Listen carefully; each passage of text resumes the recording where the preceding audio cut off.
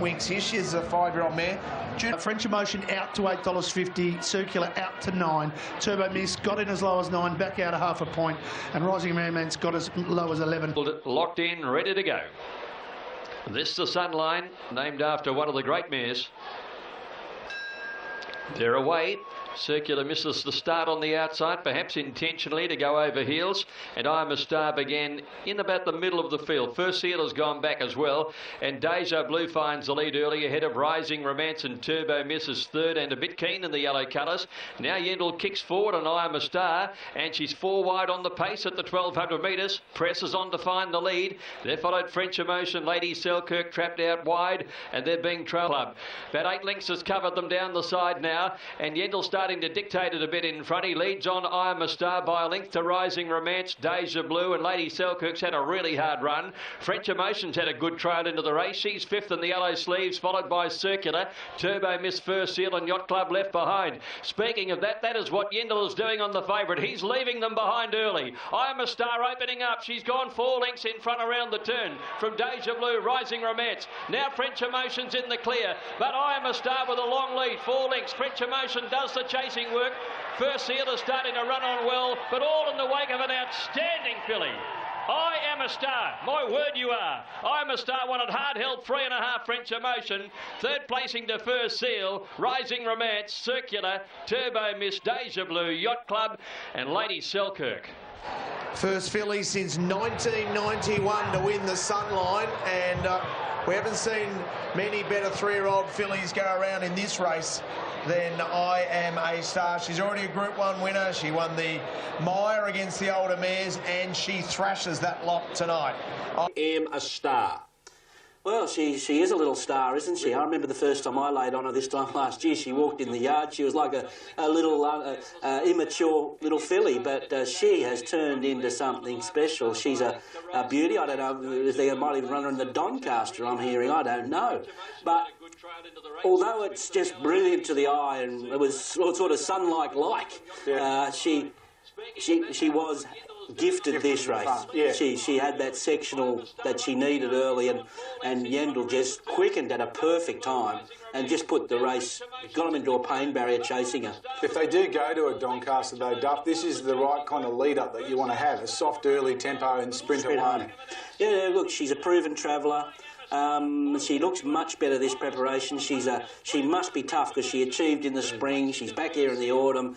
She went through autumn here last year, and there's nothing of her. There wasn't. I'm sure she'll look a lot better now, and she's got her performance record is great. Okay, Stakes, where Star Turn is the favourite, but this market is changing up somewhat. The 11 continues to shorten. It's now into $4.80. And the 12 has been pretty solid around that $6.50 quote for the last few hours. But Star Turn now out to $4 with the support for the 11 continuing. We'll take that Shidell can win this race. The right people are backing it. It's at $5. Outside of that, Silence Edition had a really early spurt down to $6.50, but it's just gone out a point to $7.50. Hellbent, $8 and now stopped there after being some on course, but that's up 14s back to 10. Holmes William Reid Stakes has been a Group 1 race since 1987, and the 3-year-old colt Star Turn trying to become the 6th 3-year-old colt to win this race as a Group 1. Racing. Beautiful start too. Flambeau's away quickly. Shidell brilliantly away will find the lead. Star Turn lets her go. Hooked came over from outside, and it's Shidell leading from Hooked and Star Turn. Close up in the field, Rebel Dane is there as well. He's 3rd and 4th, followed by Silent Edition out wide at the first turn. Flambeau's middle of the field on the rail with Japanese and Hellbent around him, and they're followed by Illustrious Lad caught very wide. They're trailed about a length and a half back in the field, then by Rock Magic and Kaepernick and the quarterback on the outside last. Down the side they race, and at the 600 Shidell by neck to Hooked, a length and a half to Rebel Dane. Silence Edition moving up on the outside, and Star Turn back on the rail, followed by Japanisma, Illustrious Lad out wide, and then came Hellbent trying to find a way through traffic. Around the turn, Shidell from Hooked, Silence Edition right there, Hellbent's in the clear. Star Turn's going to get the rails run. There's a little bit of room there. The 3-year-old, he has to breathe in, but he got through. Star Turn got up on the fence. Silence Edition and Hellbent come down the outside. 100 left to go. Silence Edition and Hellbent claim the lead. Silence Edition for Caitlin Mallion, Salon Citizen a half head to Hellbent. Third placing, Star Turn, I'd say. Rock Magic flashed home. Then came behind those Scheidel. Behind them, Japanesma. They're trailed by Flamberge, Rebel Dane, Kaepernick, Illustrious Lad. The quarterback well back, and so too was Hooked. And Caitlin Mallion, you've ridden your first Group 1. A brilliant performance for Andrew Noblet as well. $7.40 and $2.70. Hellbent's been runner-up in a Group 1 at Wait for Age, has run second. Star Turn third again. Fourth Turn looks prominent. All my friends and my manager, who does such a wonderful job, he's here tonight, and my whole entire family back at home are going to be so proud, and Pop, and I'm so happy that I can win a Group 1 for the Mallion name, because it's so rich in racing history, and yeah, I just can't believe it. You gave her the peach ride, one out, one back. Yeah, she's such a wonderful ride. She pinged the leads. What a training effort by Andrew Noblet to bring this horse back from Sydney from 1,500 metres back to 12. You can see she's aggressive. She fights like a tiger, and I can't believe I won a Group 1. She came out and just to come here tonight, I didn't expect much tonight, to tell you the truth. Coming back from a mile, coming back from Sydney, and to do that was just unbelievable. So great effort by the whole team at the stables, you know, Mandy and all the guys there. And Silent Sedition, well, the way the track was playing, Silent Sedition and Hellbent, just one or two off the rail, swooping into it was the real sweet spot on Friday night. Well done to the connections of Silent Sedition. Huge result for Andrew Noblet with this mare, who's done a terrific job. She came up to Sydney and was narrowly beaten in the Coolmore at 1,500, then to freshen her up back to 12, and then I believe she's going to come back to Sydney now for the old Queen of the Turf, or the Coolmore Legacy Stakes now. But was surprised there was no protest from Damien Lane and the connections of Hellbent.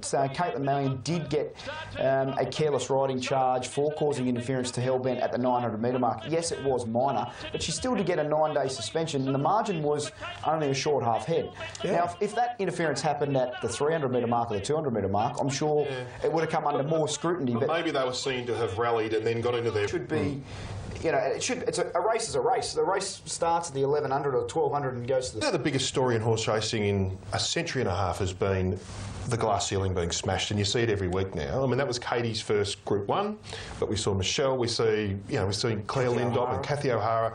The most incredible revolution in racing. The William Reid Stakes, Silent Sedition, we saw put in a huge performance in the Coolmore, was coming back in distance to 1,200 metres, and the win for Silent Sedition was the first Group 1 for trainer Andrew Noblet and jockey Caitlin Mallion. Some great scenes after the race, boys. Yeah, what a result for everyone concerned, and a deserved result, I must say. She should have won the Coolmore, let's face it. She had no luck at all, and she was very brave. Back to 1,200 metres here. Some people thought, oh, maybe a bit soon, but look at her pin the ears back and want to win this race. She's savaging the line at the moment, this mare, and she holds off Hellbent. A little bit of controversy in the race, with Caitlin getting suspended for checking in the steward's report at the 900 metre mark. Here it is here. You'll see she's in the green and just gets across him and, look, takes his running. It's simple as that. She got suspended for it. Maybe there's the case there for a protest. I think, if I'm the owners of Hellbent, I'm finding it hard to sleep at night. Here it is here. The film apparently, Duff. Yeah, did he? Okay. Yep. There it is. He's just... Well, if that's not worth a protest, I'm not here. Well, they've held up one before like that, didn't they? Well, there was Callum T. Jeez, that was far. You guys? Yeah. And then by the time it's gone back through today. So I really do like John Snow here, Greg. 2 on top. I think the way the 6 trialled during the week, it's going to run a much better race today. Final stages of loading. Righteous Mate to come up along with John Snow and Garban. Garban looked good winning at Hawkesbury last time. Racing Prized Icon jumped away well. So did John Snow deep out, but My Kind and Noble Truth are the 2 leaders early. Garban's going up into a forward spot. John Snow deep as Prized Icon's being snagged back through the field. Honeywine just parks in behind the leaders, followed by Captain Duffy and Prized Icon about midfield. In front of Wine Bush, a couple off to Hollywood Mo. Then Rock and Swing and Righteous Mate is the last one. The favourite John Snow pushes on the outside. It's My Kind in front, and John Snow's found a spot now, and he'll park outside the leader. Garban's they're followed by Wine Bush, then Rock and Swing and Righteous Mate the last one. So My Kind going along at a decent enough speed. Leads down the side section of the course by 2 lengths on the favourite John Snow. Garban getting closer in the 3rd spot now. Bowman allowing it to creep closer. Then Noble True from Captain Duffy, and Honeywine moves up into a 3-wide position trying to get some cover. Further back to Prized Icon. Wine Bush around Hollywood Mo. Rock and Swing and Righteous Mate the last one. We've got a line of 3 now. It's My Kind from John Snow, Garban, and Captain Duffy strides up 4 wide. Prized Icon's getting runs through the field, going after the leaders into the straight. Damien Lane sits up on John Snow. Garban the outside is testing it. John Snow on the inside of Garban, then Captain Duffy. Prized Icon's gone back to the fence, but John Snow's got a kick. Prized Icon's getting up on the inside. John Snow a length and a half to Prized Icon, then Captain Duffy, but John Snow is well clear. Wonder if they'll run him in the Derby now. This has been a big win. John Snow's edging away from Prized Icon. Captain Duffy, I think, 3rd, just in front of Garban, who was really game again, getting its 2nd wind on the post. Then Rock and Swing, further back to Hollywood Mo. Good gap to My Kind. Then Righteous... John? Well, John Snow, both lead-ups to the Derby, the Rosehill Guineas and now the Tulloch, have been taken out by the Kiwis. The New Zealand Derby form is tip-top, and John Snow, Damien, back then to My Kind. Before I get a comment from Duff, let's go to Bernadette. OK, now the Derby market will see Ginger Nuts at $3.60, Inference at $4.60, and John Snow, who was $15 when they jumped, is now into $6 for the Derby. Will this Derby next Saturday? Here's the win of John Snow. Yeah, look, he was good. He did similar to what Ginger Nuts did last week, franking the New Zealand Derby form. He just coasted up outside the lead here, and when asked to lengthen, he lengthened. The question is, how strong was this race? It didn't look a strong race on paper, although Prized Icon, we know he's a Derby winner. Really the cream did rise to the top here with the 2 class horses singling out. Whether he can beat Ginger Nuts, I'm not sure. He couldn't beat him in the New Zealand Derby, and I thought Ginger Nuts beat a better field last start. But look, he's a master trainer, Murray, and he has him ready for the moment, and that's a lovely, lovely lead-up. Connections of Prized Icon would be praying for a dry week. Yeah, that's his best chance, but good to see him bounce back after... it's funny how you get different wet tracks. One week, you know, a heavy 10 and Ginger Nuts, aren't they? They're made up if they have. I probably already have. I think they already have, yeah, that's what I thought too. And Inference will be a big improver too. Huge improver. Huge improver. John Snow, good, backs up. Anaheim's terrific the other day. Prized Icon back on track. Big one, race number 6, the BMW. It's worth $1.5 million over 1.5 miles. Before we go into it, news from the previous. Yeah, look, in New Zealand, 3 by Tabago. And I thought he might be able to just finish best to beat the great mare Jamaica, who really should be able to get a nice soft sit-up in 2nd position today, chasing Lasquetti Spirit. The late male BMWs, 8-6-7-2. I'm going with the mare Jamaica. I just think Bowman tags Lasquetti Spirit here. He'll have it ready to pounce on the point of the home turn, and it's going to take a bigger drifter, 370 out to 460. Exospheric has been pretty solid today, 750 in. Now, 1.5 miles, the BMW. And the gates open, they're off and racing, and Lasquetti Spirit given a dig up out of the gates. Jamaica jump well towards the inside. It's Jamaica and Lasquetti Spirit early. Libram Park's just behind, so does Humidor pretty close with Exopheric. They're followed by Grand Marshal. Tabago gets well back, and Who Shot the Barman's last. Down to the judges' box, and Brenton Abdullah allows the filly to stride forward under her own steam, Lasquetti Spirit, and she draws out 2 lengths in front of Jamaica. Followed by Libram, who sits up on the outside Solar. They work to the back at the 1,400 metres, and Lasquetti Spirit's rolling along at a genuine tempo. She extends a lead to 5 lengths now. Jamaica. Oliver sits very quietly just behind her, so it's Jamaica's second for Bowman. They're followed by Exospheric on the inside of Libran as they work down the back, 2 off to Humidor, then Grand Marshal from Tabago, and last of all is Who Shot the Barman. They've gone past the halfway mark, and Lasquetti Spirit slips further in front now. She's about 8 lengths clear at this point of the race. In second position is Jamaica. Bowman still sits quietly on her. Then Libran on the outside of Exospheric. 3 further back to Humidor. She's gone further in front up front. Then Grand Marshal, Tabago. Blake Shin starting to get itchy fingers. He's really pushing away at Tabago. And Who Shot the Barman's last? Well, Abdullah has really gone for home. He's flat to the boards. He's trying to kick the filly away for a record, for a history-making win. At the 600, she's 4 lengths in front. Jamaica, though, still looks to be cruising in second position.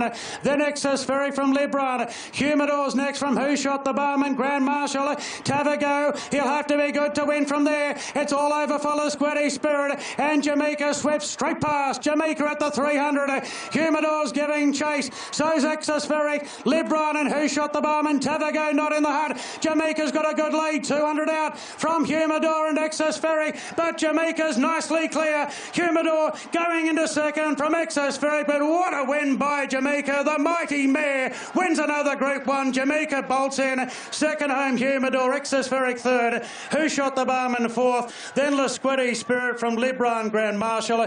Tabago didn't get through it today.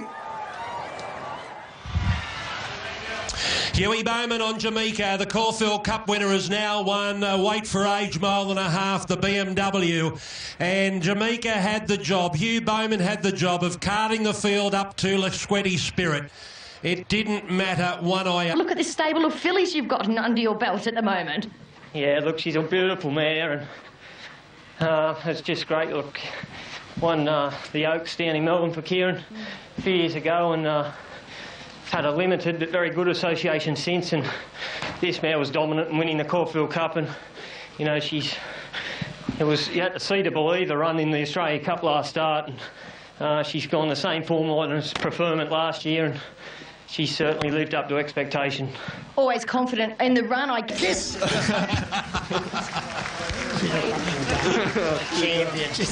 Yeah, like she's hardly missed a race, you know, from a 2-year-old, you know, right through. She's running a Derby, you know, a couple of Oakses, and you know, Caulfield, and now up to a BMW. She's just a super tough job by the team, actually, you know, to get her here and in great condition. Yeah, well, I suppose we think she's one of the best wet mares in the world, but there is one that goes pretty good up here in Sydney too. I said one of them. I think Winks is the best, but I tell you what, you're not far away. No, we understand that, and we're different types of horses, and she's our Winks. But as I say, everybody in the world would love to own Winks. You nearly didn't have Jamaica. You were telling us before we came on. It was nearly a... Brent, I was watching the race thinking, well, Lasquetti Spirit's tearaway leader. Huey Bowman looked like, I don't want to get to it too soon. I'm just going to take my time to get there. Look at this. You're looking around behind Jamaica and you realise she's going to bolt in. Yeah, she was just so comfortable in the conditions, and the way that Hugh Bowman was able to basically judge and rate his own race, like Jamaica's not a horse who's afraid to lead or coming back. I don't think her sort of pattern is too determined either way, and she just seemed to be in a beautiful rhythm, obviously handled the conditions, and once she was asked to really stretch out, basically nothing else was able to go with her. And Cole, I could imagine you would have been quite joyous at this stage. How do you rate this performance there yesterday compared to, say, her win in the Caulfield Cup? Oh, I thought yesterday's was right up there. I mean, look, the thing that we see about our mare is that she can race on anything. Yesterday was rated a heavy 9. It could have been a heavy 9 and very, very choppy too, wasn't it? You know, and then Caulfield Cup was it's a little bit hypothetical, but it would have been a good 3. But and they say Caulfield late in the day dries out to a good 2. too, so she can handle any track. That doesn't worry her. But the way she was, Yui had her in a rhythm, and when she gets in that rhythm, she got an amazing stride. And when she come to the 400 and that other, the 3-year-old had a fair bit on her at that stage. Well, God bless the 3-year-old for being there, because she put it on the race and she allowed Jamaica to get into that night. You deserve a pat on the back. Wow, Jamaica, how dominant was she? She was just sensational, and boy, oh boy. Of at some stage. It was left duff to Jamaica and Hugh Bowman to cart the field up. Yeah, look, this was just a total domination, wasn't it? You just got her into her rhythm. We know how good a mare she is. She just peaks up every preparation. Look, I know she's a Caulfield Cup winner, but this could well be her biggest win. She just ambles up here after carting the field up to Lasquetti's Spirit, and she's still half got the ears pricked. She just raced away. I thought at about the 300 there that she might be getting a little bit tired, and then she just found another gear there. Look, I thought Humidor was okay. He could well be a better horse in the spring. He may have just come to the end of his preparation. Ferrick was far from disgraced. Well, what else can you say? Who Shot the Barman was tough, and Tavago, well, unfortunately, he's pulled up with a suspensory and he'll be off the scene for a fair while. Yeah, he was one of the first sort of stories in the stewards, wasn't he? He looks like he's gone for the rest of the autumn. I thought the Lasquetti's Spirit was pretty good. Mika sit in the Queen Elizabeth, and Nick, where are these horses going after the BMW? Yeah, Who Shot the Barman and Libram press onto the Sydney Cup. Grand Marshal, his future's sort of up in the air. I know they're considering retirement. Humidor goes through a spell, obviously. Tavago, after pulling up, Lee Friedman's talking up a possibility of running in the QE as well. It's looking shaping up nicely, the Sydney Cup. These Pengo.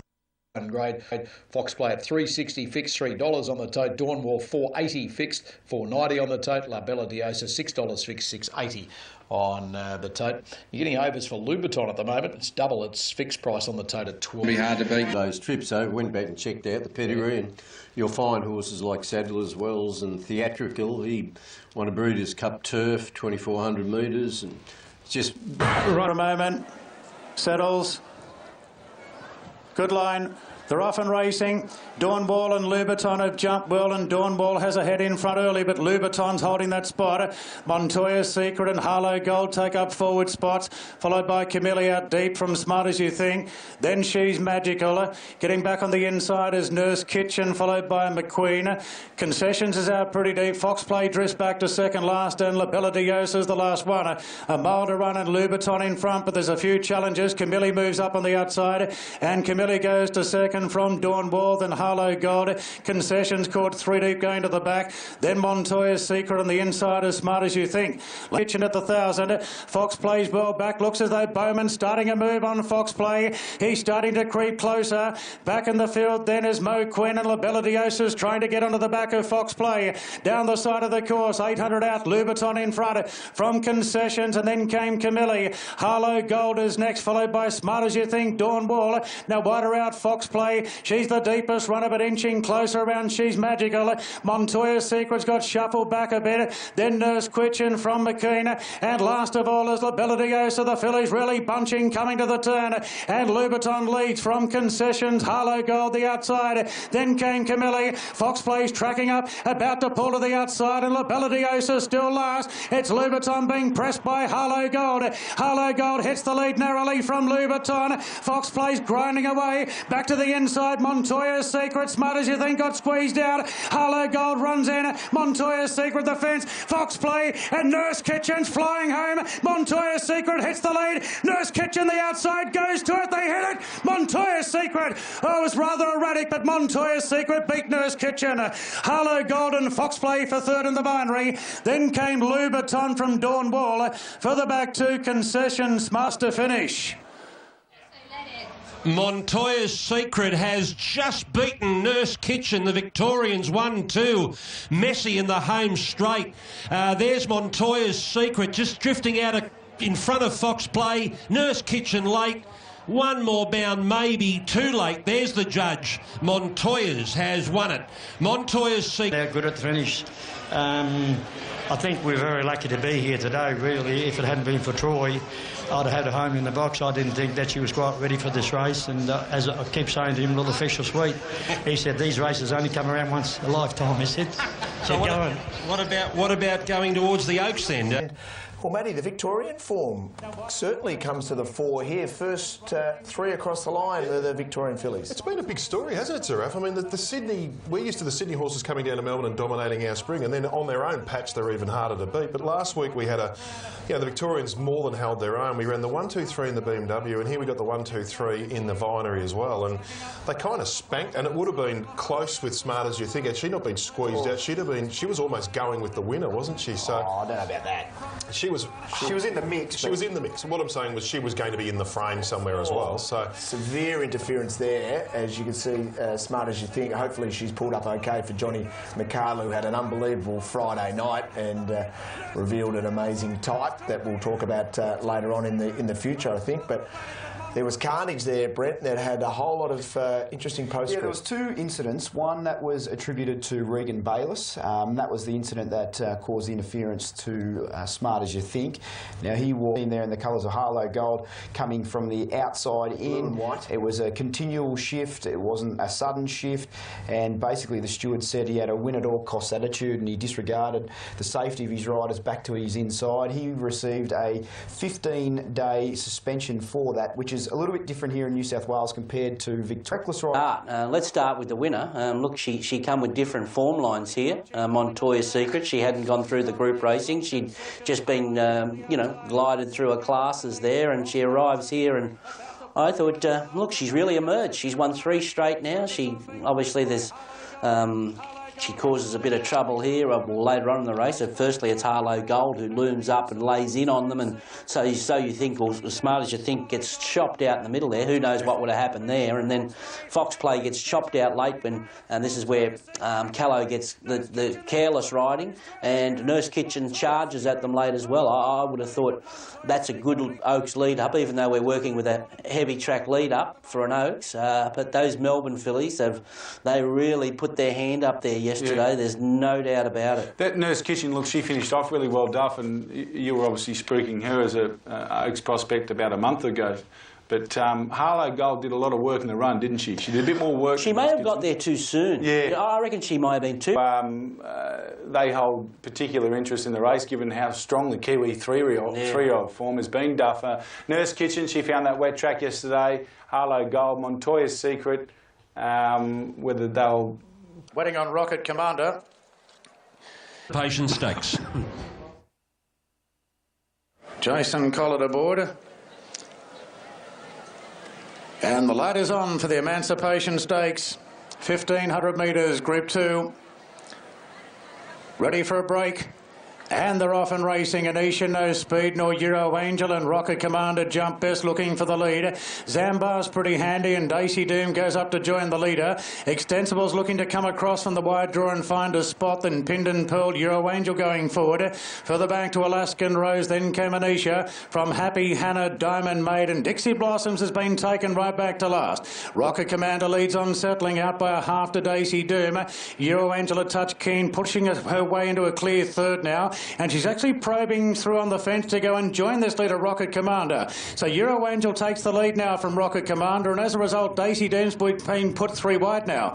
2 further back to Zambar, then Pindon Pearl.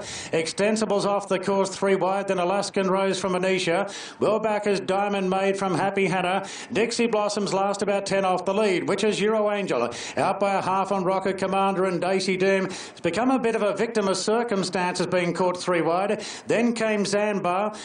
Extensible the outside from Pindon Pearl, then Alaskan Rose. Happy Hannah tries to get going from Diamond Maid. Anisha's hunting through on the fence. Dixie Blossom's trying to go with her. Euro Angel swings in front of Daisy Doom. Euro Angel a half in front to Dixie Doom. They beat off Rocket Commander. Zambar's running on, and further back to Extensible. Dixie Blossom's on the rails, but Daisy Doom races to the lead. 150 out. Zambar's right on a hammer. Daisy Doom in front of Zambar. Dixie Blossom's late. Daisy Doom from Zambar. Zambar goes to Daisy, and Zambar just got up. Zambar got up to beat Daisy Doom and Dixie Blossoms. Then Euro Angel and Alaskan Rose. Further back to Rocket Commander from Extensible. Just inch perfect there from Huey Bowman. Zambar has got the money. What a finish. Daisy Doom grabbed by Zambar. Dixie Blossom's got going late. Here's the line. Huey puts the stick away and she just glides over the line by about a head on the line to beat Daisy Doom, and Dixie Blossom's back in third spot. Alaskan Rose will get fourth, Euro Angel in fifth spot. Win here. As game as ever, Daisy Doom, Dixie Blossoms, Euro Angel. Perfectly ridden from our leading jockey, what we expect from him. He was pretty casual there. Doom, well, that's just her. She's as brave as the outside the leaders. They're doing it tough. Well, Dixie Blossoms, wow. I thought, look, Jason rode her well. He rode the track well, but that was horrible tactics. No, it just didn't you can't get back in a moderately run race like that from last and run sectionals to run them down. Her effort was superb, absolutely superb. That Zambar, she's a great story, isn't she? Obviously trained by Guy Walter in the early part of her career, but I think she finished second in the VRC Oaks behind Kira Mosa, or third behind Kira Mosa and Solicit, and as you say, lost her way. And look at these runners with Duff and also Lizzie Jelsa. Mounting out brought to you by Harvey Norman. Everything for men's. The chairman's handicap at Group 2 grade for $300,000. Big Duke in really good form at the moment. 240, it's the favourite. 440. 2,600 metres ahead of them. We're set for action. And the gates open, they're off and racing, and they've jumped out in a level line. Shalmanisa was about the first into stride from Pentathlon. Big Duke handy. Aloft is going forward. Billum's having looks over the shoulder to see if he'll push on even further, and he's doing that. Midfield is Rock On the inside of Van Dancer. Then came Allegria. First out of the gates, but it's third last now. Further back to Kinema, and Allegria is up on the outside, down the side of the course. And Van Dancer's been in front for the last 600 or 700 metres, out by 3/4 to Aloft, followed then by Big Duke, the Sydney Cup favourite in third. They go past the 800 metres. Further back then to Pentathlon from Shalmanisa, Rock On, Allegria, and Kinema still back last. Van Dancer at the 600 metres in front. Aloft being felt for, and Big Duke's coming off the fence now. The favourite Big Duke away from the rouse to challenge the lead around the turn. Then Aloft is being nursed around the corner, and further back to Rock On, who's coming off heels. Big Duke moves up to Van Dancer. Aloft still has gas in the tank. Then Rock On is closing off. It's Big Duke in front. He's got a half to 3/4 on Aloft. Rock On the outside's trying hard. Big Duke in front, 200 out from Aloft and Rock On, who keeps on coming. But Big Duke in front, 75 out. There's the Sydney Cup favourite. Big Duke coming away for Williams. Wins it by 2 lengths to Aloft. He was Dower in second. Rock On third. Good margin back to Allegria. Then Kinema from Pentathlon, Van Dancer, and Shalmanisa was last. So 137, Big Duke wins the chairman's at 240 and $1.30 for open. They gave him one on protest, and now he's backed it up, and here's Big Duke and the chairman. Well, it was only a matter of time, wasn't it? This is another. I was critical of a few rides in this race. I suppose it's easy to be, but Big Duke just rails up there. He shoves Aloft out of the road. Aloft give up the lead too easy here. They're going 3/4 pace, and he's on one of these tough, hard, fit Team Williams horses. He's probably got in the back of his head, I'm second up 2,600. I've got to give this a cuddle. Totally wrong. He should have been in a controlling position on the inside, and he still had the hide to fight at the finish here, Aloft. So, look, take nothing away from Big Duke. He's up, he's running, he's had a long preparation. What is he? He's Sydney Cup favourite now, and if he continues to hold that form, there's no reason to say that he won't run well. Kinema pulled his head off. What a rat bag he was. Yeah, he hasn't really shown that before, has he? Well, that shows you how slow they were going. They're going 14 to the furlong. I thought his effort to finish where he did was actually quite good. He's mentally not there, though. OK, let's have a look at the Sydney Cup market here, Nick. Big Duke is the outright clear favourite. Yeah, a sign for Lloyd, Penglai Pavilion for the Godolphin. For the Group 1 English size, but first let's get up to Darren Flindell. Greg, well, very competitive race here, but I think Frolic can continue the pattern that Yankee Rose took from last year, runner-up in the slipper, and take this race out today. But it's going to need a classic ride from Berry to snag over and hopefully ride for luck up the fence and get that required luck. I think Aspect's a good roughie for the race. Summer Passage, the New Zealander, I've got a lot of respect for it. Veronillo and the way the track's right. And Chauffeur's the last to move in for the $1 million Group 1 English sires here over the 1,400 metres. Tulip, the second favourite's drawn the fence. It's been the place to be today, and they're off and racing. Well, she hasn't shown much speed. Tulip, Northwest Passage and Saconia both hit the gates running, and right up there with the leaders as well as Minari, followed by Trapeze Artist and Tulip now whizzing up the inside. Feng Chu camps behind, followed by Aspect on the outside of Invader. Then Single Bullet, the Mission, deeper out from Viranillo. 2 further back to One More Honey than Diamond Tathagata. Further back to Astoria, Frolic second last, and Chauffeur's been taken back to last, at least a dozen lengths off the leader, which is Saccone down the side of the course, and Saccone just leads from Summer Passage.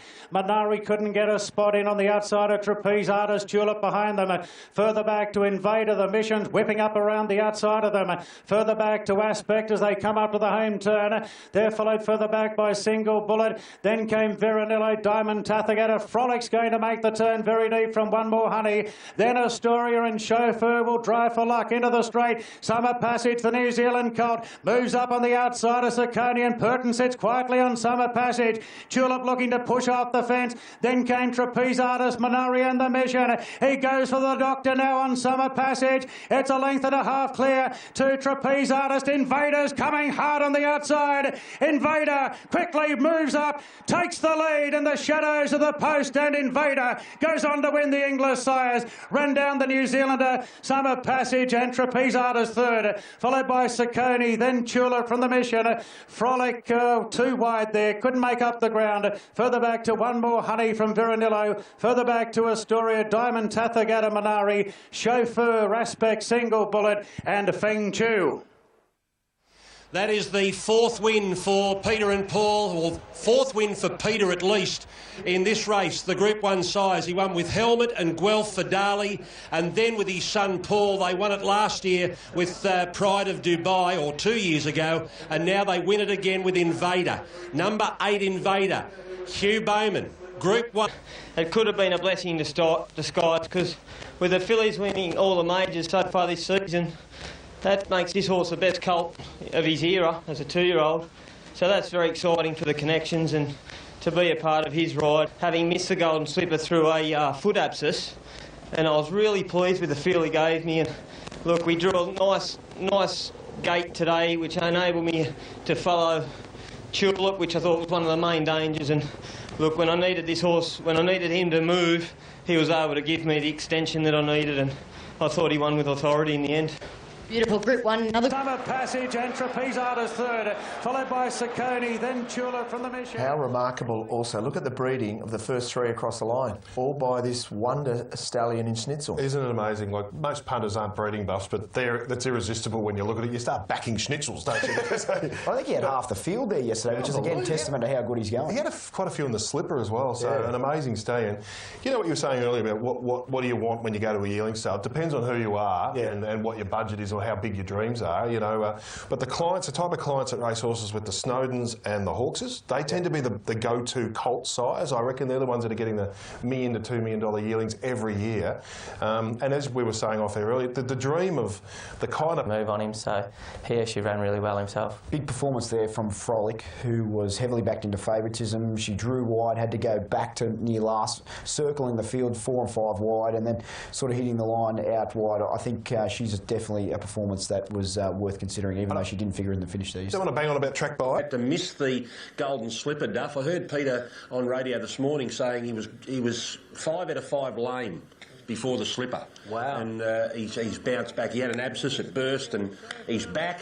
And he won the size. He's a Group 1 winner. He is, and he railed up again. Other than these horses that drew well and railed up and had to peel out when there was no doors opening for him. Well, this race told us that, look, invariably this race is won by a horse that's, 80% of the time that's gone through the slipper process, but the tracks we've been working with, they've really felt the pinch there with recent racing. This horse is the fresh legs on the scene, a great training performance by Peter and Paul, and like I say, month off the scene, off a stone bruise, and 5 out of 5 lame, as you say, Greg. So he's just nothing special. He's just a fighter. a little bulldog who wants to win. He's a likeable little horse. Yeah, he's a lot of get up and go about that horse. You've got to admire him. What about this Kiwi? Summer Passage, doesn't he like a fight? His 2 previous wins in New Zealand, they softened him up and attacked him, and he come out on top. That happened yesterday, and he nearly got away with it again. Trapeze Artist was good. Sacconi's a nice horse. I know he had on pace. He was in the right spot, but I quite like him. He's room to move with his condition as well. Don't know whether he goes to the mile, though, but those fillies, it wasn't Frolic's sort of set up, and Tulip she'd obviously had enough. She was huge for Frolic, I thought. Design. Yeah. No, it wasn't by design. It wasn't by design, but still. Schnitzel 1, 2, 3. Yeah. Wow. They'll use that one too. Can you remember a season where... Welcome back to Royal Randwick. Well, I think there are other runners in the Derby. If you were standing near us, you'd think there was only one horse. And the Kiwis are the owners of Ginger Nuts. It looks like they're lining up ready to do the harker here, Duff. It looks like that. What about Ginger Nuts? I think you'll hear them. Listen out for the Ginger Nuts owners. Let's get into the mounting yard now for the big one, the BMW Australian Derby, and our mounting yard coverage is brought to you by everything for men's grooming. He's back inference all the way through. I can't see that he's done much wrong in his few runs back here. He'll peak on the day. I just hope he can race, you know. Very, very big go for a Derby, realistically, Ginger Nuts. When you look at the fact he was a $3 chance early today, you could have had $3.50 on Wednesday. He's now a $2.60 chance. On track, $3.10 to $3.20 into $2.70. Shorter than the Tater in New South Wales at $2.60. And they're all locked and loaded now for the BMW Australian Derby. Ginger Nuts, gate 12, the favourite, and they're racing. Ginger Nuts is being revved up out of the gates, but he's going to take a spot about midfield, and Prized Icon goes forward early. Schofield takes into the lead. Harper's Choice, John Snow away well. So's Ruthven surging forward, and Anaheim's right up there on the fence. Poking behind them then is Hardham as they settle down from Hollywood Mo. Then inference from Righteous Mate. Ginger Nuts looking to come across one off the fence, pushing Sosi Bond down to the rails. A length further back to Shine Tax Star, and Impavito's the last one. Harper's Choice is going to lead again today at the 1,800 metres. By a length it has last of all. Harper's Choice, Collett allowing it to stride along at a reasonable speed here on the heavy 8 track. Harper's Choice 2 lengths clear from John Snow. Then Prized Icon, Ruthven the outside. Anaheim's had a good run. Then came Hardham, followed by Hollywood Mo. Inference getting a bit closer. Then came Righteous Mate. From Ginger Nuts, there's no change to the order. From Sosi Bond, Shine Tax Star, and Impavito, the last one. They've got about 1,100 metres to run. They're going along at a nice even tempo. Harper's Choice, the front runner, by a length and a half to John Snow, then Prized Icon. Ruthven sitting pretty in fourth, followed by Anaheim the fence. A length further back to Hardham, then Hollywood Mo from Inference. Righteous Mate, Ginger Nuts being patiently ridden back in the field from Sosi Bond, Shine Tax Star. And Barrera's the first to make the move on Impavito at the 800 metres. Going around the back markers. Harper's Choice at the 700 in front. John Snow in second. Prized Icons had the run of the race. Then Ruthven. Hardham gets going, and Boston gets going on Ginger Nuts. Berry goes with him on Inference. The race is on, coming up to the turn in the Derby. Prized Icons trying to go with them. Harper's Choice swings in front of John Snow. Hardham in the nose roll, moving up. Then Inference. Ginger Nuts the deepest. Further back to Prized Icon, and Anaheim's looking for gaps. Harper's Choice being tackled by John Snow. Then came Hardham. Ruthven through the centre. Ginger Nuts is still coming with Inference. It's John Snow racing to the lead in the Derby. He beat off Harper's Choice. Hardham is surging at them. John Snow in front. John Snow from Harper's Choice's game. John Snow, another New Zealand victory in the Derby. It's John Snow from Harper's Choice, and Hardham in third, followed by Ruthven.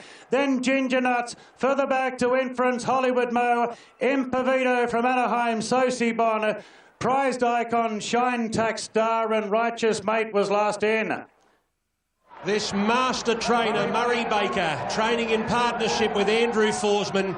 Murray Baker wins his 4th Derby, following on from Nom de Jeu, It's a Done Deal, and Mongolian Khan. It's the Kiwis again. Number 4, John Snow, ridden by the Perth boy, or the Bunbury boy, Damien Lane. has combined with Murray Baker and Andrew Forsman to win the Derby on John Snow, the forgotten Kiwi duck. It's too late. The tempo of that race said everything, and those 2 leaders on the speed, and we know that's an advantage here today, and especially in close, and they've just got that rest most of the race, which told there. Well, Harper's Choice fought back. Well, everybody, Greg, in Pinjarra and Bunbury and WA is watching Damien Lane win the AJC Oaks. What a thrill. Yeah, great thrill to win a Derby on such a season horse. I was very lucky to get on him last week, and just happy to stick with him today, and he was too good. I guess when you're getting on a horse in any derby. What a great trainer he's been for many years now, and Andrew does a great job as well, so to be able to have a ride for them, let alone win 2 good races in 2 weeks is a privilege, and credit to the horse. You know, he just switched off outside the leader beautiful, and when I was switching back on at the 600, he really come up under me nice. But the tempo sounded fantastic. I never thought about winning a Derby or how I'd feel if I did, and when I went over the line, it really hit me, and it was quite surreal. I know we're going to have a look at the replay, but after I want to ask you about hitching your wagon to the right people, and Murray Baker, I'm going to reel off.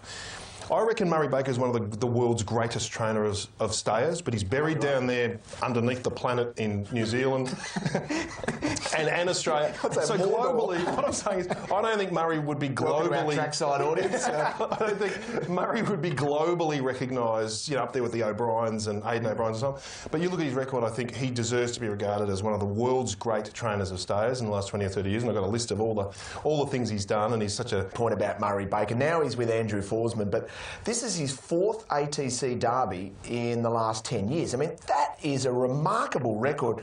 He won a nom de jure in 2008, Done Deal in 2013, Mongolian Khan in 2015. And let's pick up the action and let Damien soak it all up with John. New Zealand victory in the Derby. It's John Snow from Harper's Choice and Hardham in 3rd. And he wins 2 races in a week. So backing up from the Tulloch, and Dame, I spoke to you post-race in the Tulloch. You were really kind on him the last 200 metres there, and interesting, Andrew Forsman after that race said, oh, he's had a long prep, I'm not convinced to go to the Derby. Thank God they did. Yeah, for sure. You know, he obviously would have had done well during the week, and he was a tough, fit horse, and he'd had a good grounding through the summer in New Zealand, and that win last week was great. And he backed it up yesterday. Can I ask you just about, sorry for interrupting, just this morning suggesting that the race to the 800, like the first 1600 of the race, will run 20 lengths slower than average. Right, 18 to 20 lengths slower. Did it feel that way to you? Like out there, did you think these backmarkers have got no hope of running us down here? I didn't think they had no hope of running us down, but it did feel like we were cruising. We were just lobbing along at a casual tempo, and it was almost a replay of last week because we did the same thing, and Jason actually led on the horse last week that I sat off. So we the whole time I was confident that we'd had it easy enough that if they started coming early, I could pick up. Is he a serious? First time was nom de jour. Let's go back to this win of John Snow. It was the Kiwis. Most of the talk was about Ginger Nuts. It was the other Kiwi. Yeah, disappointing as this Derby didn't turn out to be a contest, really. They were running, 13.5 sectionals all the way for about 5 furlongs here, or 1,000 metres. This horse is just a lovely, relaxed, on-pace stayer. You can switch him on and switch him off. That's the beauty with him, John Snow, and how can you doubt this bloke, Murray Baker, and he, with that Derby record that he's got. Ginger Nuts obviously had his measure in New Zealand and looked to be had the better lead up, but this horse, the better racing style, no doubt about it. I thought Harper's Choice, after being beautifully rated in front, I must say, by Collett, was going to fight back there for a minute. Hardham was very good considering he's a dry tracker. It just was a messy race. Before they realised how slow they were going, most of these blokes, they all decided at once, oh no, we've got to get moving, and then they got into their own, smash-up derby, chasing the 2 leaders. So it looked a good derby on paper. It didn't turn into a contest as far as, to my eyes, concerned. It was just run-of-the-race stuff, 2 beautifully ridden horses from the front, and they capitalised on their racing patterns. Ironically, if you look at that, they're sprinting. So it doesn't help, and these horses with the rest up front just had a little bit in hand. So...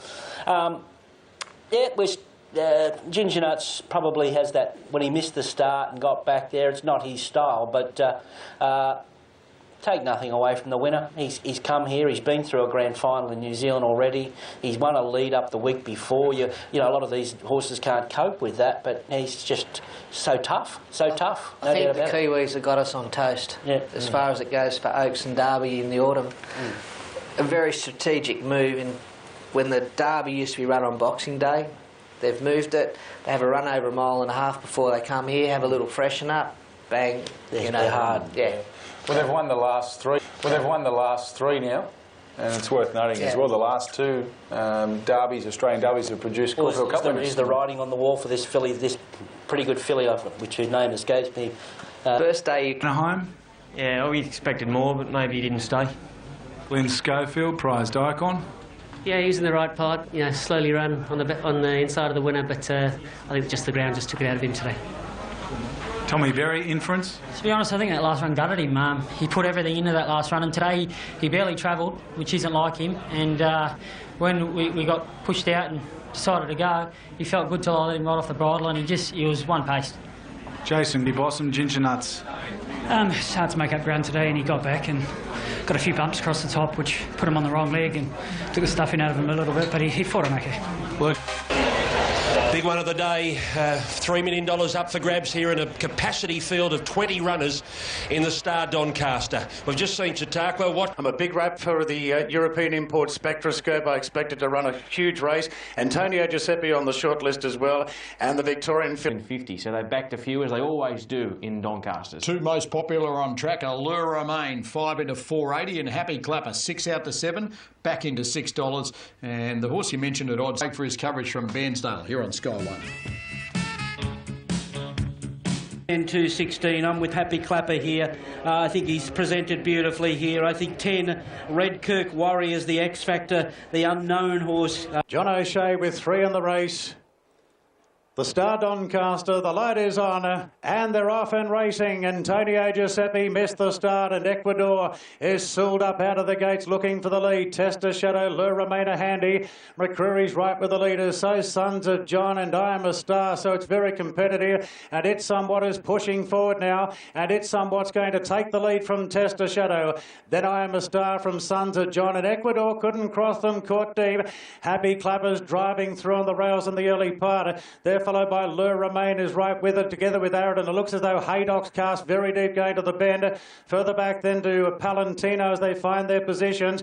New Tipperary the outside. Further back to Sense of Occasion. Redkirk Warrior 3 wide. Then Antonio Giuseppe the fence being tracked along by Spectroscope. McCreary's next from Haraki. Well back in the field is Endless Drama from Euro Angel, and Dibiani is last. It's Somewhat the leader. Out by 2 lengths on Tester Shadow. I Am a Star. Ecuador in 4th. Haydock's doing it tough, trying to improve up on the outside of runners from Sons of John, then Happy Clapper. Lure Romain getting onto the back of Haydock. Further back to Palantino from Arid. They're followed by New Tipperary. Redkirk Warriors very deep turning for home. Then came McCreary and Spectroscope heads the rest. It's Somewhat straightens in front. Here's the Melbourne filly. I Am a Star giving chase in second. Happy Clapper goes to third. It's Somewhat a length and a half clear. Happy Clapper is putting in big strides. It's Somewhat 2 lengths clear from Happy Clapper. They're well clear from the rest, but It's Somewhat's going strongly. He's kicking in the Doncaster. It's Somewhat from Happy Clapper. It's Somewhat a length clear from Happy Clapper. It's Somewhat hanging on. He wins the Doncaster, a half length to Happy Clapper. Sense of Occasion third, Palantino fourth,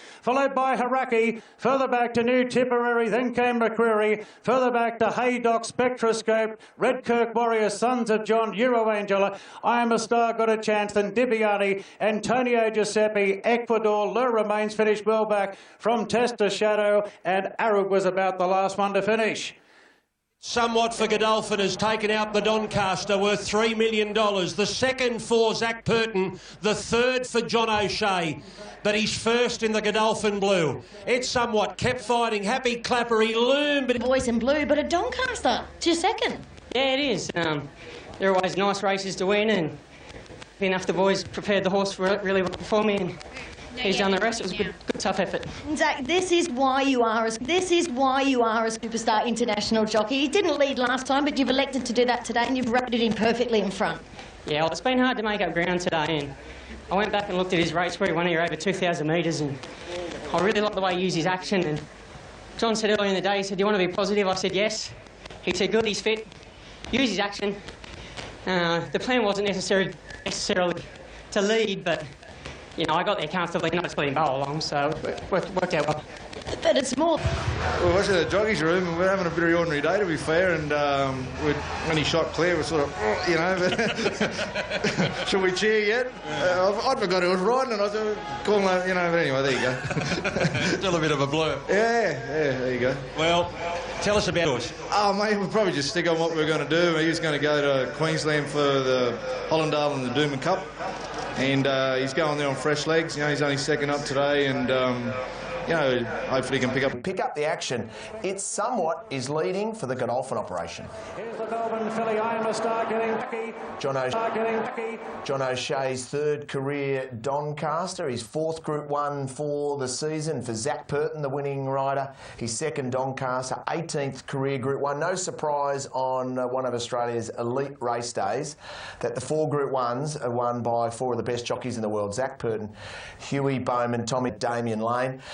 And well done to Simon Marshall on Channel 7, who tipped this horse at 45-1. Take a bow, SD Marshall, one part of our family, and straight to the front. This was a huge win. Yeah, Zach took this race by the scruff of the neck. He was talking, I was having a chat to him afterwards, and he said the problem a lot of the time in these Sydney races is just no tempo. Like, they just want to go so slow. He said, I was happy to just take it up and really sort of make it a true run mile contest. And it somewhat is an imported horse that come to the Godolphin team in the same batch of Contributor and Hartnell, and he obviously hasn't had the same recognition as them, but he's been a consistent horse for the past couple of seasons, winning multiple times on stakes races. But he got his time in the sun there. I was cheering home, happy clapper for Pat Webster, who finished second in the race yesterday, last year, second again. Spoke with Chris Lees this morning about Le Romain. He was a little bit disappointed with the performance. He said Hugh Bowman said to him that the horse just had plenty of sort of galloping coming to the turn, but just never really got a lot of room. He's going to head to the all-age stakes in 2 weeks' time, Le Romain, so watch out for him there. Frosty, the art of the great front. Yeah, the win of it somewhat in the Don was always going to be very hard to run down. Happy Clapper tried his heart out, Duff, but he just couldn't bridge back that gap. Yeah, look, it's just the rest mid-stage. He just got into a beautiful rhythm, didn't he? Purton got him in a beautiful rhythm. It's somewhat. No real speed map in the country had him leading this race. I think most people thought Ecuador would be the leader, but once he got into that comfort zone, it's one of them rides where you just judge and you say, I'm not going to go too slow and ask for something to take me on. He just kept rolling. He knew he's on a horse that can run up to 2,000 metres, and look at him go here. Look, I thought Happy was gallant in defeat. He just had to come around I Am a Star there, and to get within half a length, he was fantastic. And you know, you could make little cases if he kept railing and peeled off his back, he would have made it closer. No, I thought, you know, Shin did everything possible on Happy Clapper. It was just the winner just got too good a run up front. Yeah, I think, you know, Zach, he was... You can just see how a race unfolds here. And it was hard to sit off the fence there yesterday. You had to be sort of really close to the rail to be some sort of chance. So eliminate it. He probably would have given it a shake. But look, it's just like Le Romain, like he's a super horse over a mile here at Randwick, and he sort of struggled. He did struggle, but he just got tightened by horses. Yeah. He was in an awkward spot all the way, and you can see Huey wasn't comfortable on him. As you say, Darren, I just feel it stopped Thursday night. We just got a little top up Friday night, and that was the pattern of the day, unfortunately. Look at the action on the leader. Unbelievable. He's got an action like a Warrnambool steeplechase. You know, he ploughs into it. And what is it with these imported horses that come over? You've got a few of them there at Godolphin now, and they come over here and they look like they've got 3,000 metre form. And you know, like even Darren Weir with Toast and Stardom, he never run at 1,400, and he resumes and runs well. And these horses here, what's the difference? This horse here, he was probably rated about 110, 115, probably equally as good as Hartnell back in England, both trained by Mark Johnson. Probably one of the hardest trainers in England, but and good trainer, great trainer.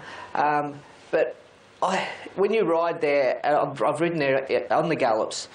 It's like running on a treadmill at, say, 25%, and then you come over here and run on a treadmill at 3%.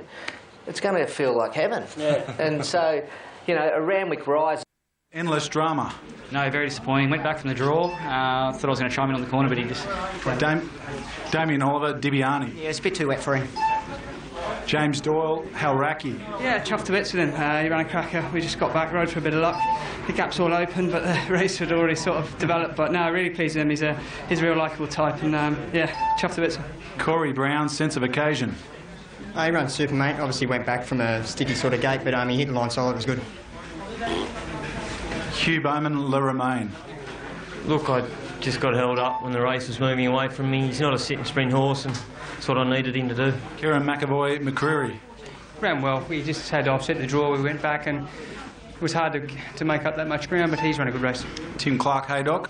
Yeah, just raced too fresh with our cover and didn't handle this way of going that well. Dean Yendall, I Am a Star. Yeah, she tried hard, just found the ground a bit soft for her, just the needed traction control. Mark Zara, Palantino. Yeah, look, he ran really well, had a beautiful run. Wet track just sort of took his turn of foot away from it. The bottle finished fourth. Glenn Schofield. That's so good. Regan Bayless, Redkirk Warrior. He didn't appreciate that soft ground.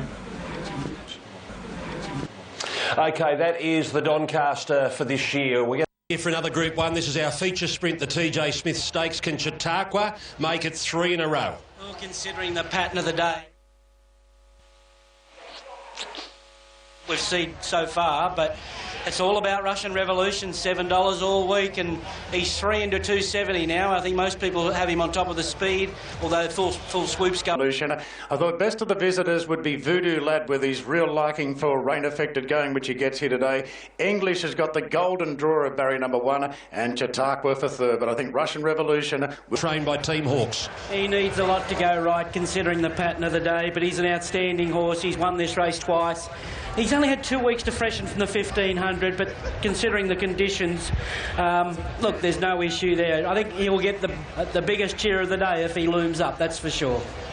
As you expect, he's turned out excellently. You can see how well he looks with shine in their coat, but you can really see it with him. He's a complete powerhouse. He's a sprinting machine. I just love the way he looks today. OK. I'm going to put a Stern on top. I was really taken by this 3-year-old's appearance. He paraded in great order. He didn't turn a hair. Craig's call. TJ Smith Stakes is the third of 4 Group 1s on day 1 of the championships. They're going to run a fraction late. Russian Revolution, the favourite at 3:30. Look, no knock on Spieth. I wanted to back him, but he needs a lot to go right. 14, 8, 13. Consider the odds that have been bet throughout the week. What is adrift is Chautauqua here, who's been 5 out to 6. They've bet as much as $8 on track. The horse that was a $4.60 favourite on Tuesday. He's 6 out to 8. Back to complete the lineup for the richest 1,200-metre race in Australia, the Darley TJ Smith Stakes. Can Chautauqua create history with a third win? They're all set and they're off and racing. And a great line out, the favourite Russian Revolution, the first into stride. Fell Swoop jumped very well, so did Malaguira. And Japanismus right up with the leaders. English a lot closer in 5th. Followed then by a Stern from Target Inside. Tavachi's deeper out. Then came Voodoo Lad from Rock Magic. Well back in the field there is Terra Vista as they find their positions. Darren the outside. Further back then to Spieth, Rebel Dane. Chautauqua's 2 lengths behind them last. It's Russian Revolution in front from Fell Swoop. Then Malaguira. English is creeping closer on the fence. Further back to Japanisma has come off the bridle. They're followed by Target Inside as Stern. It's being revved up. Then came Tavachi from Voodoo Lad. Darren's out very deep. Chautauqua still last. Fell Swoop goes up the inside of Russian Revolution.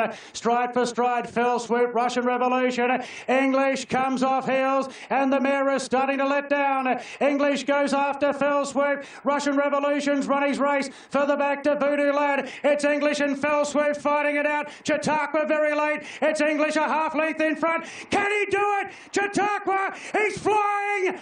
Yes, there's history. Chautauqua makes it 3 in a row.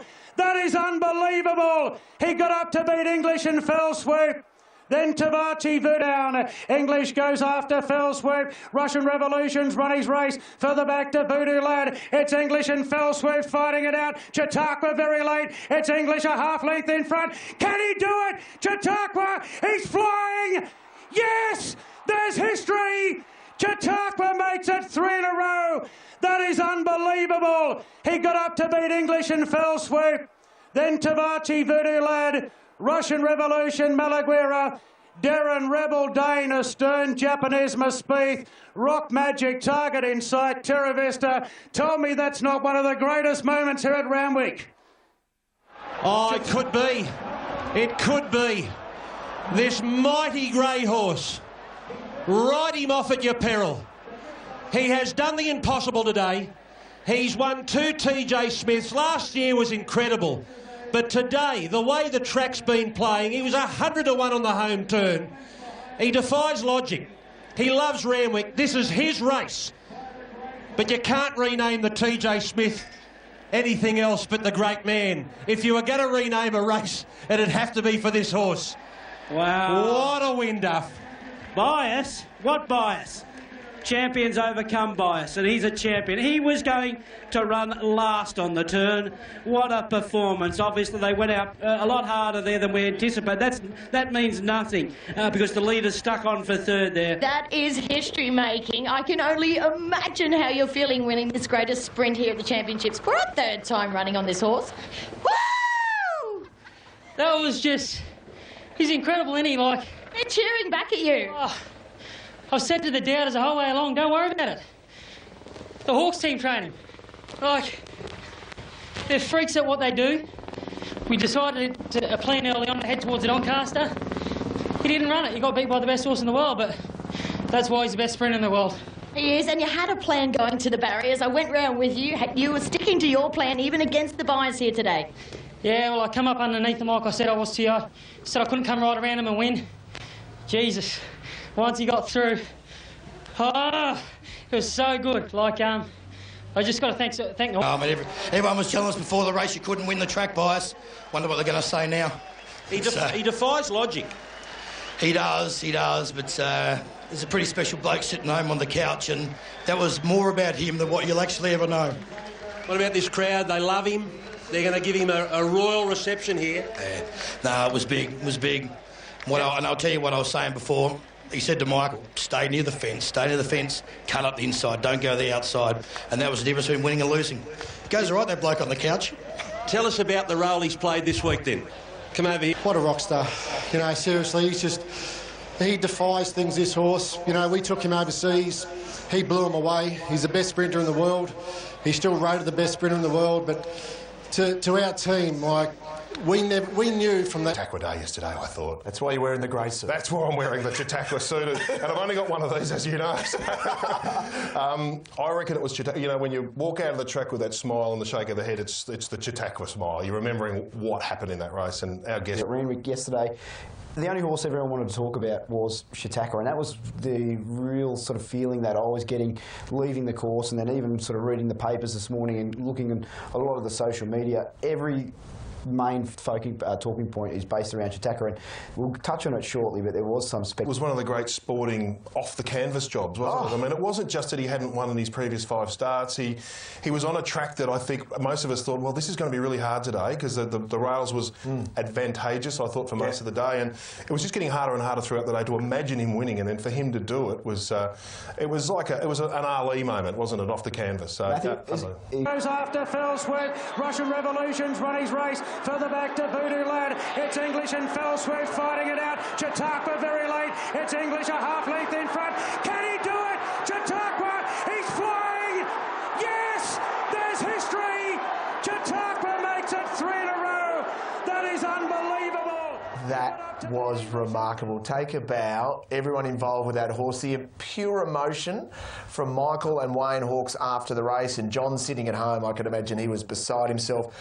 Tommy Berry, unbelievable ride. He knows the horse so well. And, Matty, we now know he's a get-back run-on sprinter. He's the best sprinter in the world, and he's not sick of chasing. No, that was a bloke at the footy rider at the Sorrento Hotel who said that, and I was quoted off him. Take ownership. No, I'll take ownership. Look, hey, I'm happy to have egg on my face a little bit, but we all do on this. The great thing about Chautauqua is he's a polarising horse. He's not a perfect champion. He's a escape artist who wins as often as he loses. He excites us because we never quite know with him. That's the beauty of Chautauqua. And I had a chat to Rupert Lee Plus the significance of the feat. 3 of the great sprints in a row. He's now up there. You talk about the legends of Randwick. You talk about Superimpose. He's now... Oh, he's there. He's there with Superimpose. Well, he's now won more prize money in his career from 28 starts than Black Caviar did in her unbeaten run of 25. There is a little bit of exclamation mark next to that. Black Caviar won 2 TJs, which were worth $1 million. And he's won 3 that are worth 2.5. But it still goes to show where he's... It's his 13th career win. It's his 6th Group 1. I mean, he rightly now sits as one of our all-time great sprinters. No, he's in every conversation from a great sprinter point of view. Dame, you were on Voodoo Lad at Waterhouse. She trains English with Adrian Bott. Have a look at Gay, starting to believe she thinks she's got it, and then all of a sudden she sees Chautauqua. Oh, bite the knuckles, and damn it. Oh, well. How good is that? Did she or didn't she? I thought my version was right. Damn it. Oh, well. Fudge. But, Damien, what's that like? What a fantastic day around me. So many stories, but I'm still tingling over that performance in the TJ Smith. You know, even the most ardent supporter of Chautauqua, probably sold out on him. If not prior to the race, during the race, considering the pattern of the day, honestly, he couldn't win that race. But you just never doubt a champion. Yeah, never doubt him. Never doubt him. I think in the old days they said a Burnborough finish. I think in the modern era it's a Chautauqua finish. Yeah. Well, you've been involved with horses with big finishes like Superimpose. You've done it here at Randwick. Yeah, but you really had. You saw the race yesterday, and you think, did I just see what I saw? Yeah, it was quite eerie. Nick, you were looking at the front, and he's going nowhere. But all of a sudden, it's still going nowhere. Really, where are we? The 300. Now you think, oh, he's going to rush home and beat a few. Maybe run 4th or 5th. But wow, these horses, it's just words can't describe what happens from here on in. And yes, all right. Yes, all right. It was an absolute perler. And she was home, English. She was home. She'd had the beautiful run with the 1 barrier and all the favours in the world. And what can you say? Fell Swoop got softened up, but he found the right part of the track. Russian Revolution lost his race when he didn't kick up that little bit more, and he missed out on that inside running, which everyone thought he'd had. And obviously, we all thought this was a very slow race, and when we all think the same thing, everyone wants to be there, and they did run pretty quick sectionals in that race. It was a 10-7 split, I think, somewhere in there as well. That wasn't expected leading into that race. Is it possible that... He was going to let him go there, Fell Swoop, and Keren's probably in the back of his mind knowing how quick he's going and saying, I've got to ease up. But I reckon if he just let him stride 2 more times, 2 more strides, he would have cleared them, but he give up. But you can't make excuses for Russian Revolutions because the horse kicking up underneath him has run a bottler and run 3rd. So same trifecta as last year. It's exactly the same, not different 2nd and 3rd, but the same 3 horses. That's amazing in such a high quality sprint that could happen. Tavachi's run very well here. There's a couple of good runs in the race, but wow, what Spieth unlucky again. Spieth, look at Spieth running into dead ends there along the inside, trying to ride for luck. So it's the story of his life, but. This Chautauqua, he changes stride with about 50 metres to go and doesn't miss a beat. Like, not many horses can do that and continue. Like, they sort of wobble or do. He's so direct when he gets that last crack around the bum to say, hey, mate, we're not happy. We've got to get moving, And then you see, once he got to that clear running, he was just about to hit top speed. And when he let rip, I reckon that's the best he's let down for me. That's the quickest I reckon he's run on for me in any of his starts. What were the instructions? Were those? Well, he doesn't need to go overseas now. He's had his trip. He's won over there. Tommy, he can get a slot in the Everest, which he's got. He can win the Everest, and who knows? Why couldn't he come back and win his 4th TJ? He loves Randwick. 12 months' time, that's not impossible. And he's got the right team to do it too. Yeah, like Hawks, they're very patient. Won the TJ with English. Incredible footage here. Let's roll it. There is no sound. Here's Gay. Silence, please. Where's the swear?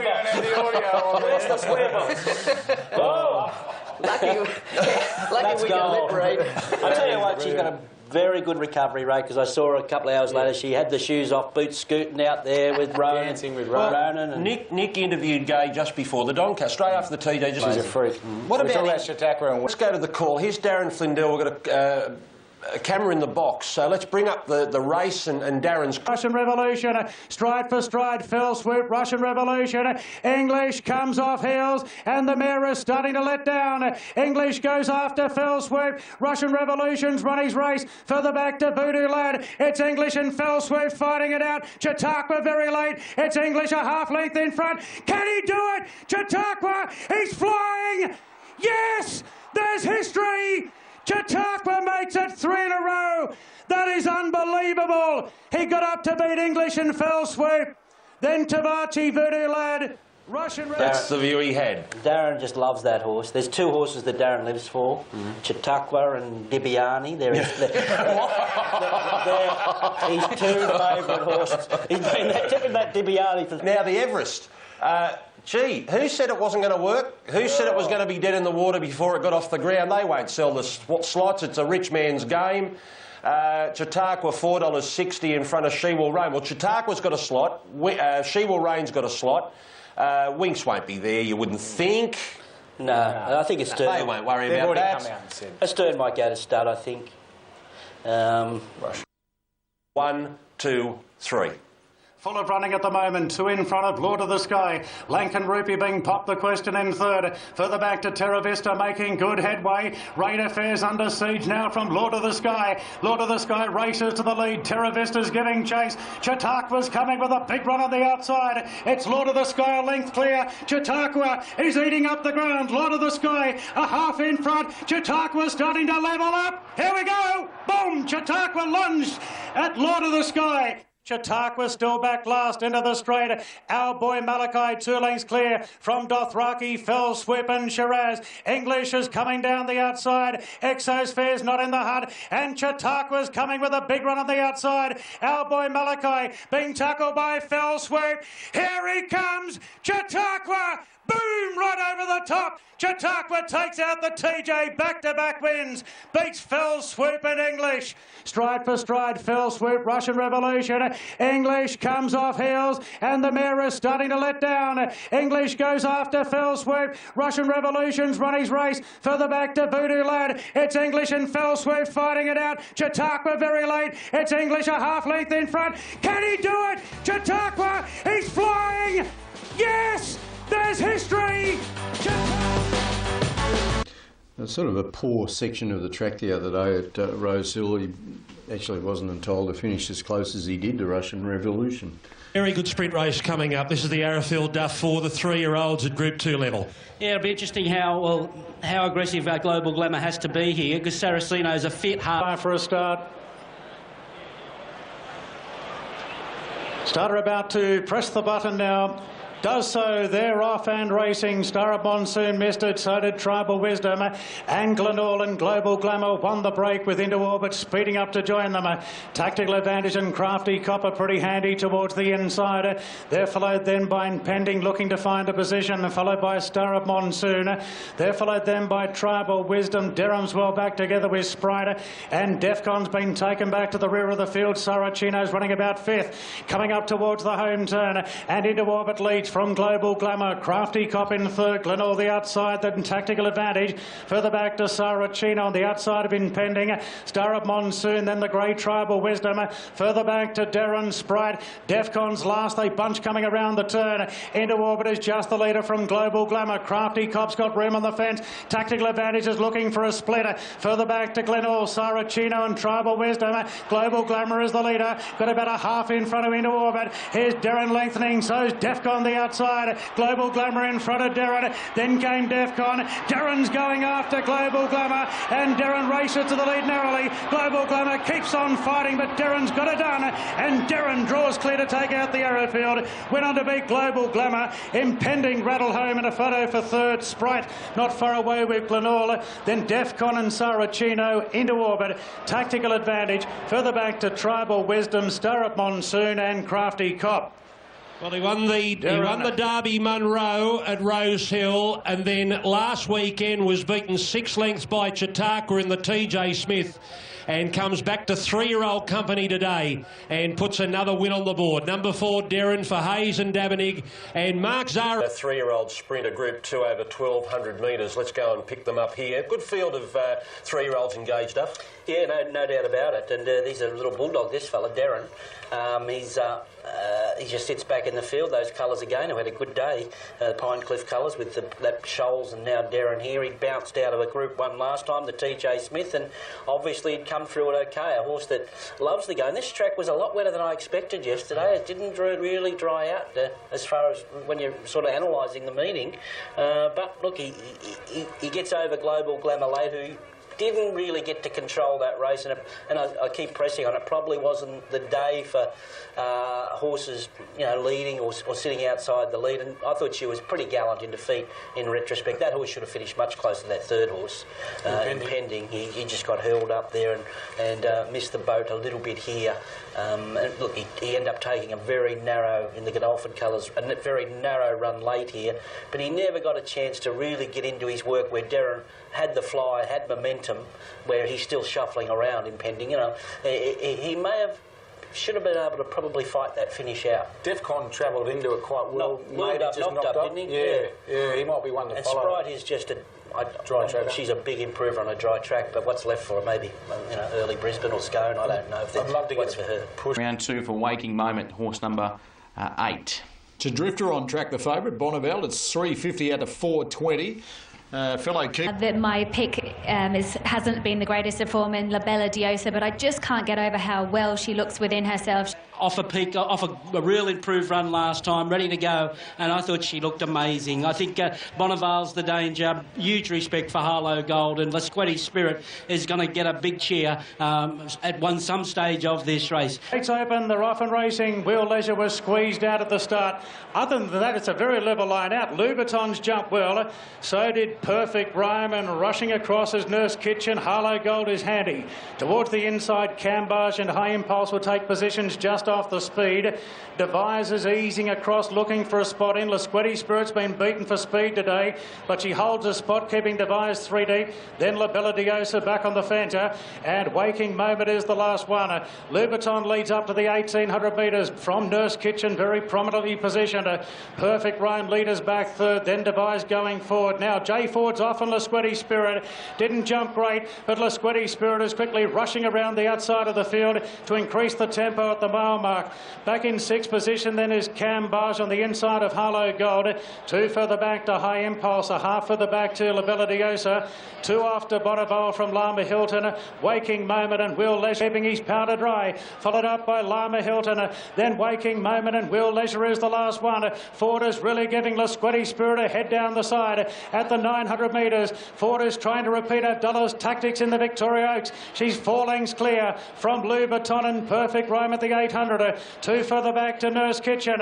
2 further back to Cambage off the bridle. Devise improves. Harlow Gold is tracking Devise everywhere she goes, and Bowman's giving Bonneville more rain. She's starting to creep closer, coming to the 600, and the rest are well back. Lasquetti's Spirit giving them something to catch. Perfect Rhyme in the slipstream second. 5 lengths away then to Nurse Kitchen.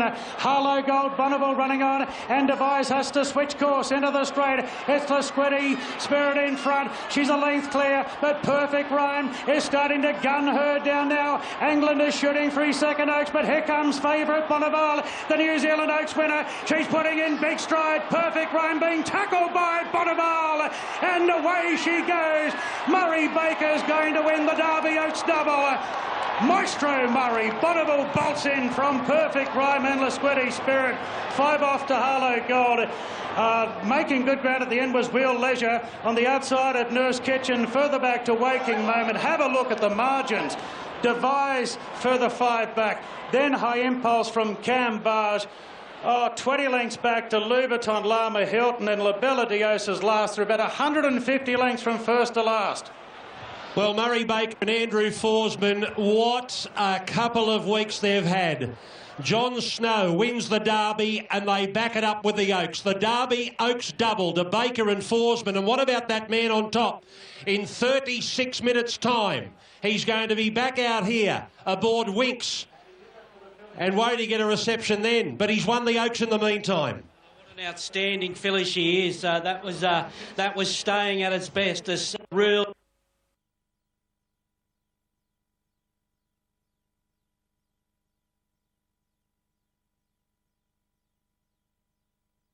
filly. She's a stayer through and through, and she just... This is a Group 1 ATC Oaks. This is very special to me, and this is my fourth now, and it's the third one that's on a New Zealand filly. So, look, I went and worked on Tuesday morning, and it wasn't so much the feel that she gave me that excited me, it was just the way she looked in a coat, the way she went about her business. On bottom at 18 or 19, so he goes down in history as the leading trainer of Group 1 winners from New Zealand in Australia, and deservedly so.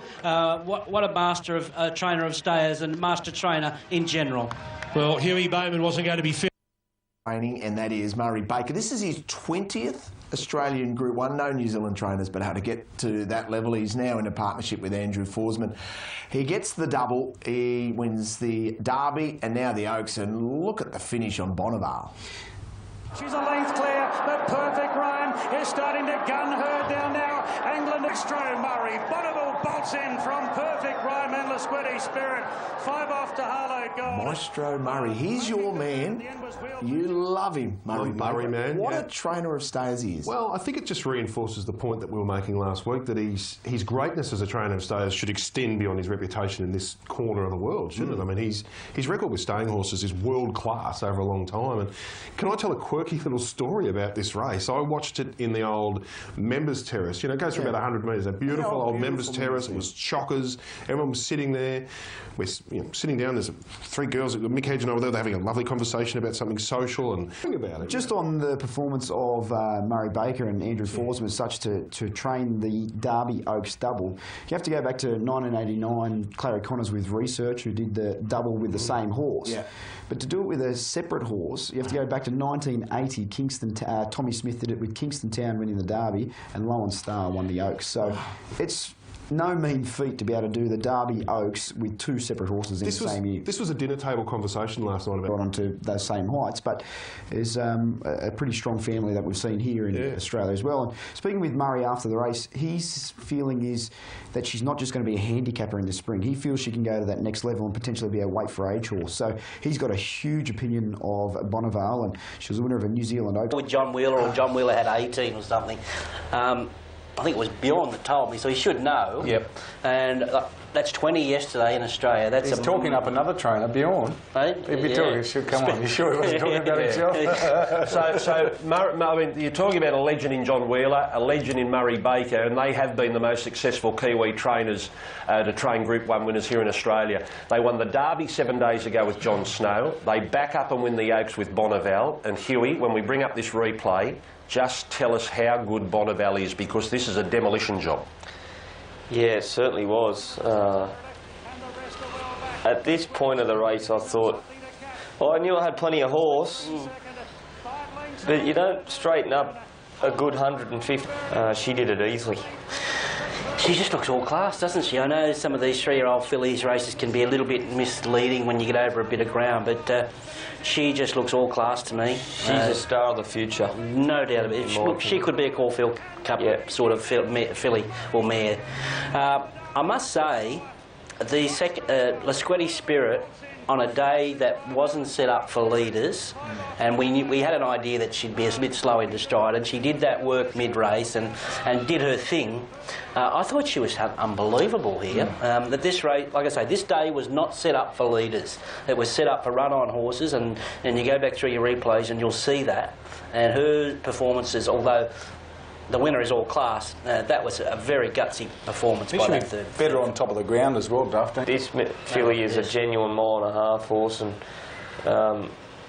it's not something you see every year, but I think she will be a legitimate Caulfield Cup contender. And Duff, it was a staying test. I peeled outside here and saw how far in front they were. They're going nowhere. They're more in front of you. Even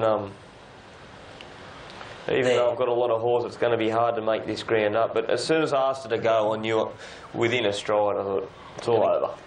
Enjoy the ride, son. Have you done a lot of riding for Murray Baker over the years?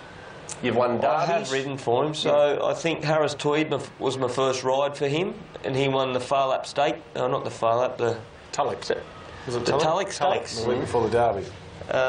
I then ran second on the Derby. 1 second, Exospheric and Happy Clapper for the minors if you're taking trifectas. All right, well, Winks has got more than a few fans here today, and we'll get to singing in just a moment. Number 1 is Hartnell, trained by John O. Seen the amount of people that were actually here in the Theatre of the Horse, and I've been going to the races for a very, very long while, and I've never heard a crowd physically cheer a horse as it comes into the mounting yard, as they did today with Winks. But she's out to $1.12. This is the best price she's been all week, and in fact for a number of weeks, you'd have to say there. You could have had $1.80 when we put the markets up last year before nominations. Back in February, she was still $1.60. She's been as short as $1.08 this week. She's currently $1.10 Elizabeth Stakes. This is Winks. Yeah, look at that. Look at that crowd that have come out to see her. Maybe near 30,000. You'd be disappointed if there wasn't. Great, it feels great. And there. Years ago on this day? Yeah, it was 2 years ago this day in the Oaks. Good old Gusta win. We got the better. Gusta backing up. And here she is, walking into the gates. Winks is in, and it's time to join Darren Flindell for the $4 million Queen Elizabeth. Oliver racing. And Winks jumped as well as anything. Hartnell jumped well off the inside, but no doubt's pushing on from the outside.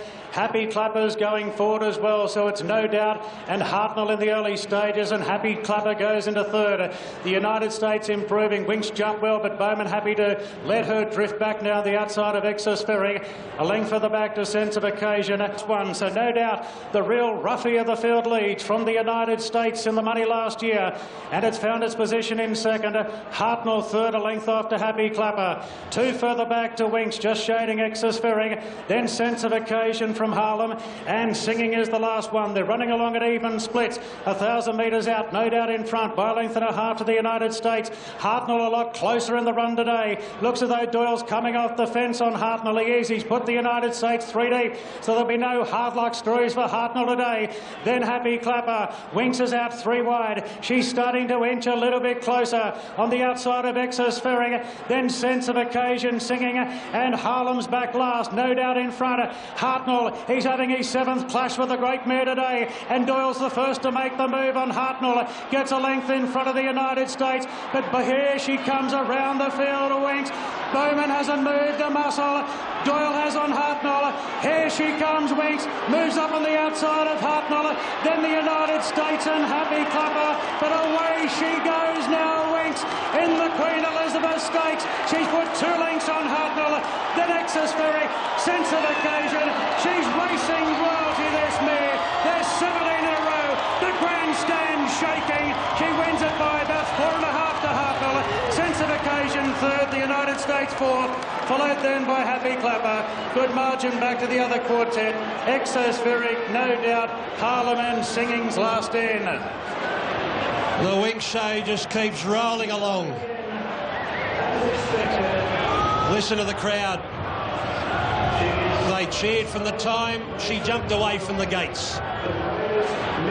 And they're still cheering. Huey Bowman, never a moment. A while until she leaves the enclosure, because everyone wants to lay eyes on a champion. OK, here is Bernadette Cooper with the man of the moment, Hugh Bowman. Thanks, Greg. I was just saying to Huey, you just don't even know what to say anymore. She's just that magnificent, Hugh. She's just so dominant. You know what, there wasn't a lot of pace on paper. I wouldn't say it was a high-pressure race today. It was, everyone found their spot and they even slowed it up mid-race, and you know, it was a bit of a sprint home, and I don't think you see the best of her when it's that sort of race. I mean, she's still good.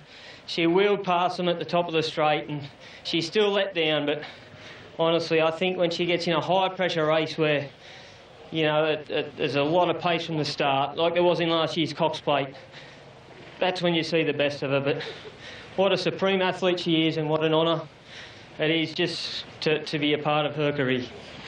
Obviously, we had her well under control. The other horses were doing their best to get away, and I don't think they were. So it's just fantastic. Look at the crowd. They're just unbelievable. I can't believe it. This is something that, you know, is once in a lifetime stuff. Ubaya through fourth against second was dismissed. The United States against Hartnell, dismissed. So we move on to the Sydney. Into the multi-dimensional sort of appeal of Winx, and it was just great yesterday that the margin, she's a margin job giraffe, isn't she? She's just a big margin champion, isn't she? And yesterday was another walloping margin, and the reaction from the crowd, everything was perfect for the signing off of the championship. And we're starting to see the flags and the hats. Yep. It's a touch of Black Caviar. Yeah, it certainly is. It had that feel about it there yesterday at Randwick, and very similar to Black Caviar's last start in the TJ Smith at Randwick, and they had a little bit more of a crowd there yesterday than they did on that occasion for Black Caviar, and there was some sadness at Randwick, but I think the most tragic... Doyle has on Hartnoller. Here she comes, Winx. Moves up on the outside of Hartnoller. Then the United States and Happy Clapper. But away she goes now, Winx, in the Queen Elizabeth Stakes. She's put 2 lengths on Hartnoller. The Nexus Ferry, sense of occasion. She's racing royalty, this mare. There's 17 in a row. The grandstand shaking. She wins it by about 4.5 to Hartnoller. Sense of occasion third, the United States fourth. You run out of superlatives for her, and $1.12 was the official margin for those that backed her. Hartnell runs second yet again, 7th time that he's been beaten by Winx. And this is an interesting stat. There's been some people saying, oh, who's she beating? Well, keep in mind that Hartnell's last season was ranked in the top 10 in the world. Top 3, I think.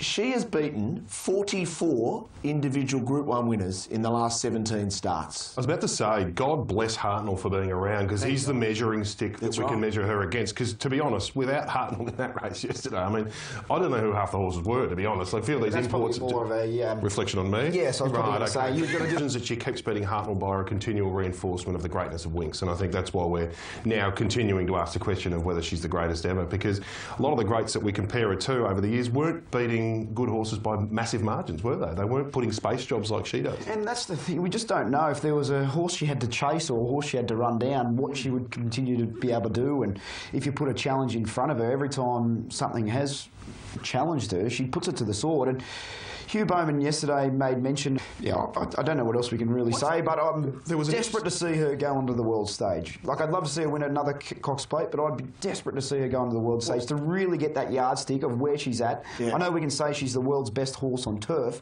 but until she goes outside of Australia and races some of these horses, I reckon it's difficult. Post-race, as always, it's more of a sense of relief than excitement.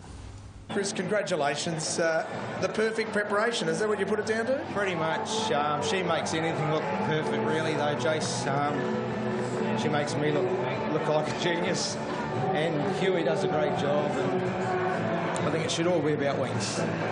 It is all about Winx, and all this crowd's all about Winx too. That would give you just as much satisfaction. Yeah, very much so. Everywhere she goes, people following her at home.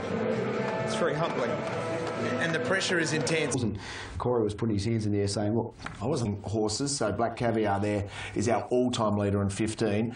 So Winx now is up and eyeballing Manicato. Goodbye to Lonhro and So You Think. Sunline and Tie the Knot next.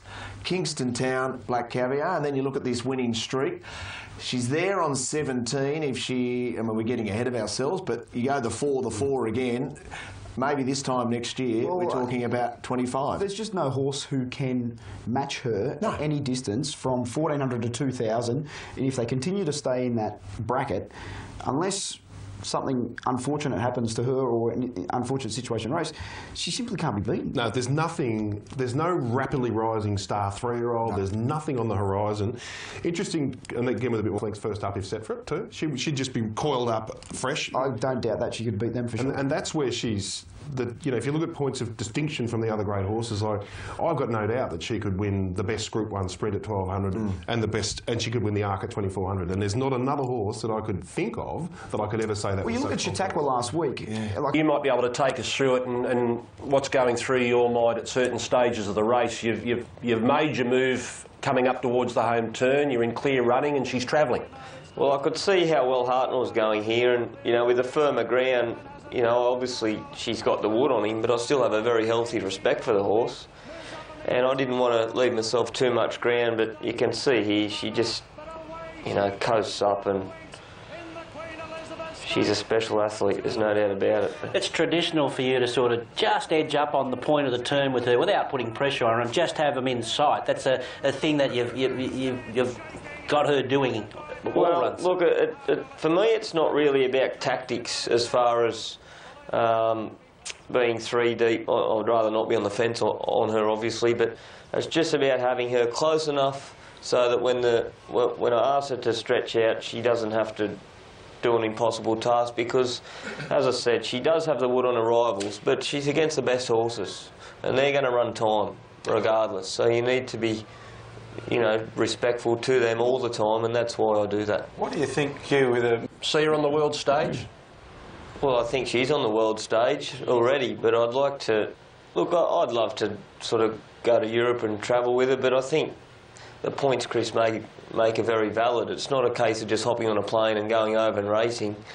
I think if it is planned, it's nearly going to take away a whole year, and then are you going to get it back after that? It's a big question mark. So, you know, I think if you decide to do it, you're nearly saying goodbye from Australia. That's the reality. Do you think? That's my personal opinion. Do you think she could win an Everest if she was set for it? If he set her for it and trained her up for it, I believe she could. Yes. Chris, do you reckon you'll never get the chance, but do you reckon if you set her for a Melbourne Cup, given her right weight, could she win a Melbourne Cup? She could, for sure. But again, it's does she need to?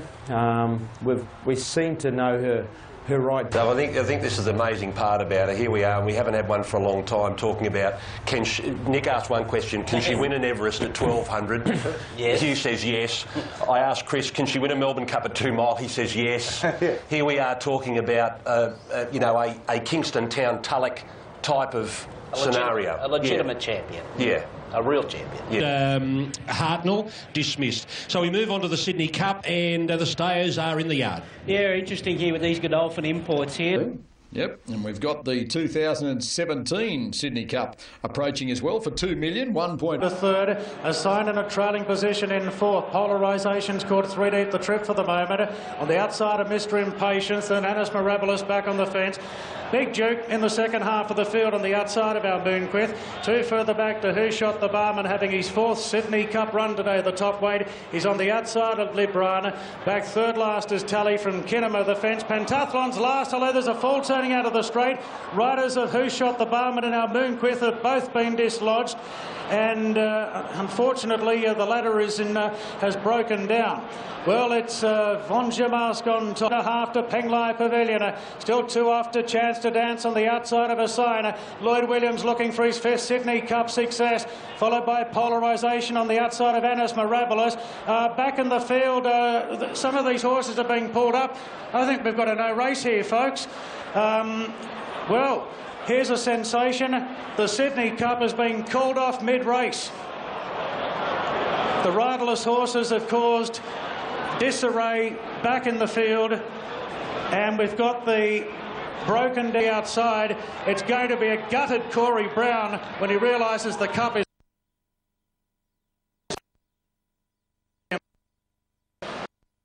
Polarisation for the record beat Chance to Dance in Penglai Pavilion, but yeah, unfortunately that horse has broken down turning out of the straight, and they're ushering the horses away. Oh, thank goodness there that other horse has taken evasive action. Good support for the Coolmore Classic winner Heavens Above for Timmy Martin. He ran second in the race last year. It's 8 out to 10 into $7.50, and it's pretty quiet away from it. Fox Place 7 out to $7.50 back into $7. Yeah, good betting of punters. To Zambar, Rising Bromance Drift back. They're followed by Oregon's Day, Pure Pride from Barrier One's Got Lost, and Jesse Bellows, the last one on settling. It's Silence Edition being tested here at the 1,000 by First Seal, and First Seal gets a neck in front. front. Dixie Blossoms a lot closer today in third. Fox Plays close as well, but covering ground down the side of the course, followed by Danish Twist and Real Love. Euro Angels out deep, further back to Extensible. Then came Mildew on the inside of Heavens Above. Further back to Diamond Maid. Zambar's very deep from Rising Romance. Abbey Marie, Pure Pride, Aragon's Day. At last is Jessie Bell, that only be about 6 covering the big field on the turn. And First Seal being cuddled just from Silence Edition. Danish Twist seeing plenty of daylight. So's El Lure as the leaders go to the middle of the track. Dixie Blossoms being shoved on. Further back to Fox Play. 400 out. It's First Seal just in front of Silence Edition. Then Dixie Blossoms and Danish Twist. First Seal still in front. Silence Edition. She's in for the fight on the inside. Silence Edition going to First Seal. Dixie Blossoms First Play. They're heading top gear now. Fox Play and Dixie Blossoms. Zambar with the last shot. Fox Play hits the lead from the fast finishing Zambar, and Fox Play takes it out. Fox Play beat Zambar. Dixie Blossoms third in front of Silence Edition. Oregon's Day hit the line late. Then came Euro Angel. First Seal ran out of puff the last 100. Then Real Love from Diamond Maid. Jessie Bell, Pure Pride, Heavens Above. Abbey Marie from Danish Twist. Extensible, El Lou, and Rising Romance was the last in. Karen McAvoy and Chris Waller combined with Fox Play, one of only 2 3-year-olds in the race, and she becomes the 13th 3-year-old filly to win the race. 7.10 and 2.50. Zambar out of its skin for second at $7. Dixie Blossoms in for third at $2.20 ahead of Silence Edition. Ripper race today. What? Who wants to be involved? You. Done. So it's pretty quick. How many Group 1s for your syndication? Make the weight down there, and Karen McAvoy wins his 60th Group 1. He joins Harry White and Lance O'Sullivan. So here's a guy who doesn't get anywhere near the plaudits he should. That was a big win by Fox. And a master training performance here by Chris Waller, because speaking with him on Thursday, he said he learnt a lot out of Winx's 3-year-old preparation. This is Winx Junior, he calls it. That's right. With Fox Play, because she won the fire lap, the same race that Winx won. Then she went to the Vinery Stud Stakes, and Winx was also beaten the Vinery Stud Stakes as a 3-year-old. And he was just of the opinion that if he went to the Oaks, she's just not strong enough to run that trip at this point in time. So decided to revert back to a mile, take on the older mares, and he still harbours some ambition to go to Queensland and potentially have her in an Oaks trip deeper into her campaign. So but he's following familiar footsteps. Similar, but he just made the decision with Winx. He went to the Oaks as a 3-year-old. He said he just learnt something with sort of saying, well, maybe I'll just take a little bit of a step back and keep her at the mile. And well, look, this is the first horse outside of Winx that he's been able to get to win at Group 1 level this season. That's what I was going to say. I imagine there would be some sort of satisfaction there from Chris that he's been able to do it with another horse. We talked about it last week, the Black Caviar thing with Mooney as well. The one thing is the perception that it's too much focus on one horse. The other thing is the reality that that's the only horse that's winning good races for you. So, and it's all just the accident of fortune in stable. Board 57 Australian Group 1s for the season. I think it's important for us to keep reflecting on the scoreboard and look at the stars and look at Huey Bowman. 11 Group 1s for the season.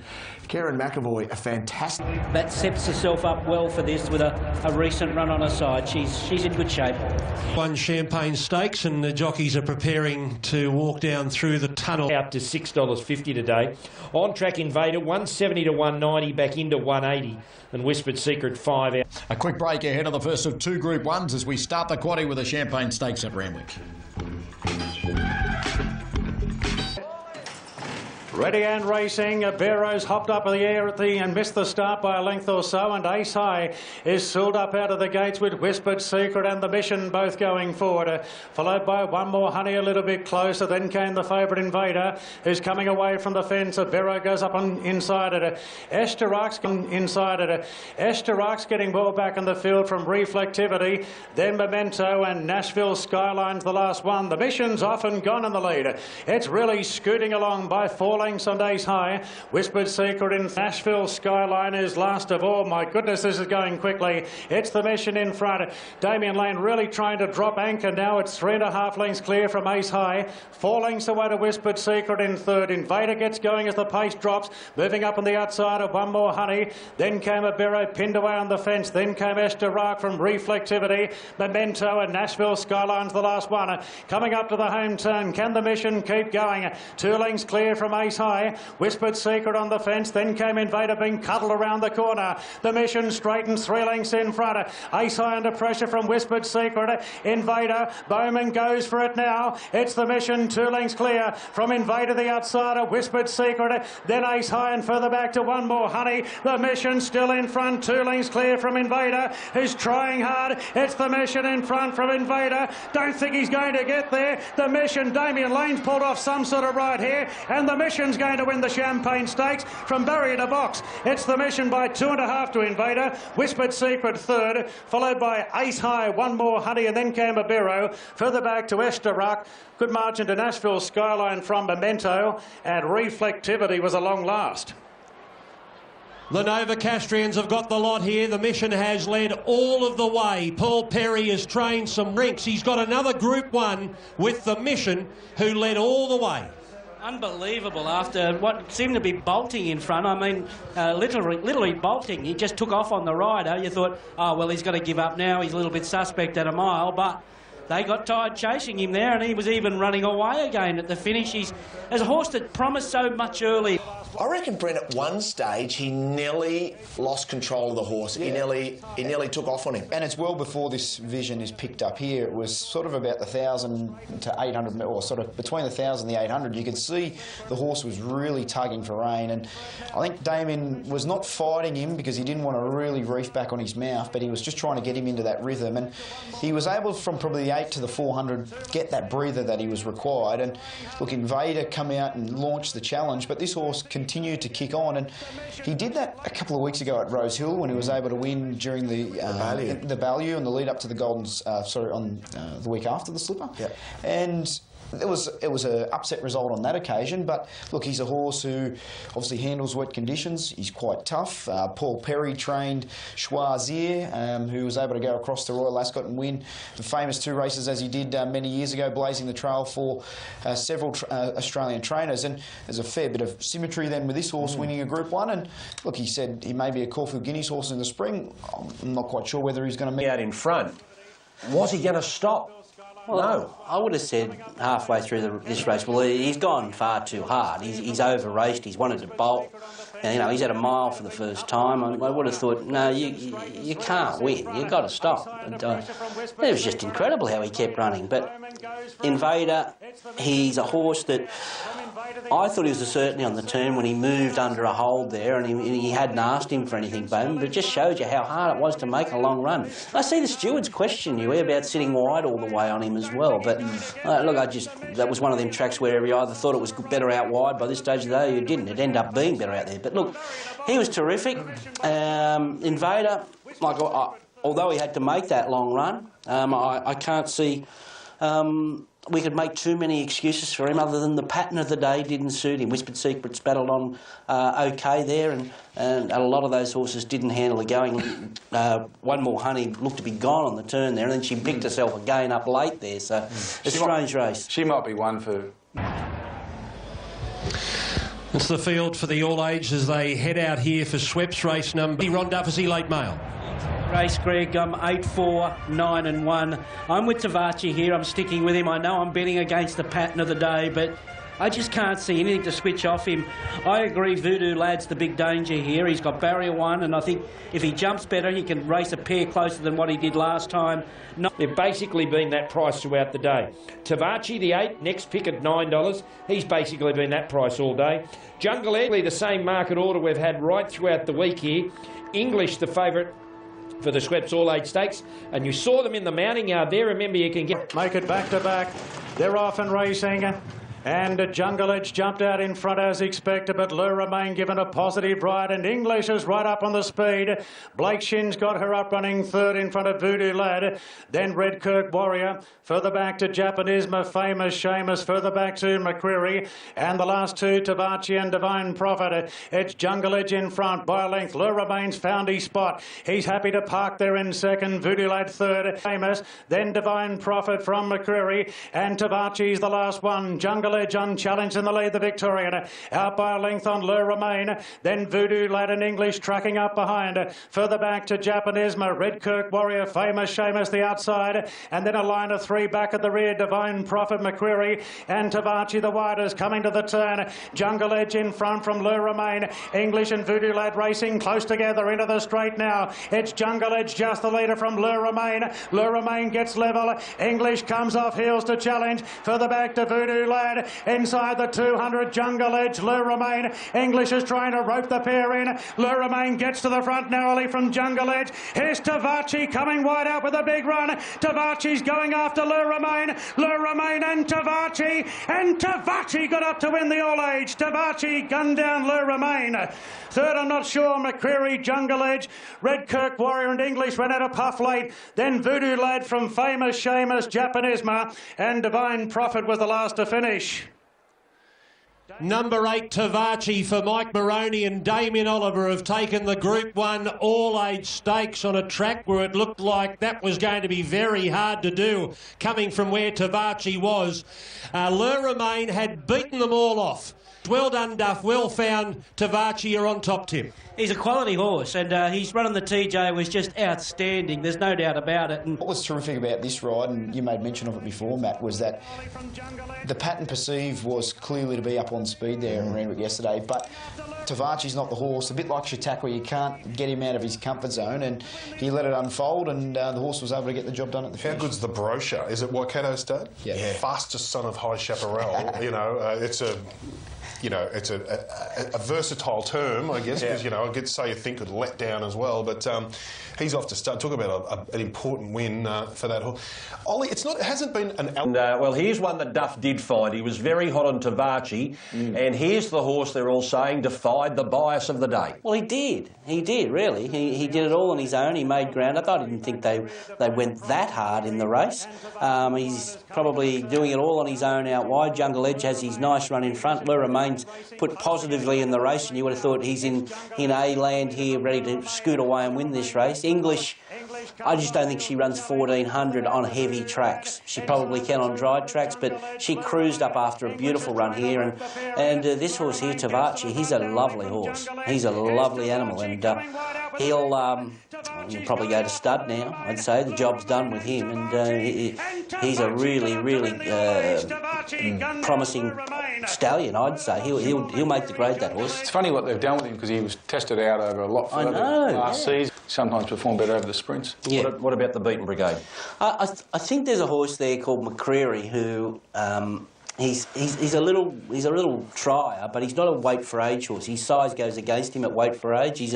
I'd suggest he's an ideal target for a Brisbane campaign. Even fresh into a Stradbroke, he'd run well in a Doncaster. I think fresh enough. But you like Maxi, it's at $3.50. Yeah, his form's terrific. We know these have had uninterrupted preps going into this. Take 2 of the Sydney Cup when it was abandoned a fortnight ago. But I just like this horse a lot. No weight on his back. First time. I think 14 polarisation is his danger. They're out to, hopefully they get revenge here, because it was heartbreaking for them last time, thinking they'd won it. 11 Kinema. Now, I have to promote... ...is doing here for the feature, the Sydney Cup. Yeah, well, Richard, they're quite happy to be on Big Duke here, but he's a drifter today. It was a $3 chance first thing this morning now. So the boy's happy to stay ahead of the caller with Big Duke. The 2 Europeans, Penglai Pavilion and Polarisation on the second. Pavilion 5 out to 7. And they were both, well, Penglai Pavilion... Rerunner of the Sydney Cup. They're off and running. A positive right out of the gates together with Boom Time and Pentathlons going forward. Mr. Impatience is pretty handy. Polarisation takes a good spot. Lasquetti Spirit hasn't shown much early speed, but she's going to push forward yet as the pace is pretty good. It usually is when Lasquetti Spirit runs. A filly, a 3-year-old filly, hasn't won the Sydney Cup in well over 100 years. Bobby Ellis is going to try and change that record. She's about 10 lengths clear. Boom Time chases the leader and leads the rest of the field up. Penglai Pavilion in third, followed by Pentathlon. He must spot the leader, 25 lengths, but that's still a big leader, Lasquetti Spirit. Lebron second line. 2 further back to Chance to Dance, then Harlem. Well back Annis Mirabilis from Tully. Big Duke, Lebron, Kinema last. There's been no change to the order. 8 lengths would be the margin here for Lasquetti Spirit. Alyssa's riding away at the filly. Now 7 lengths from Boom Time and Penglai Pavilion.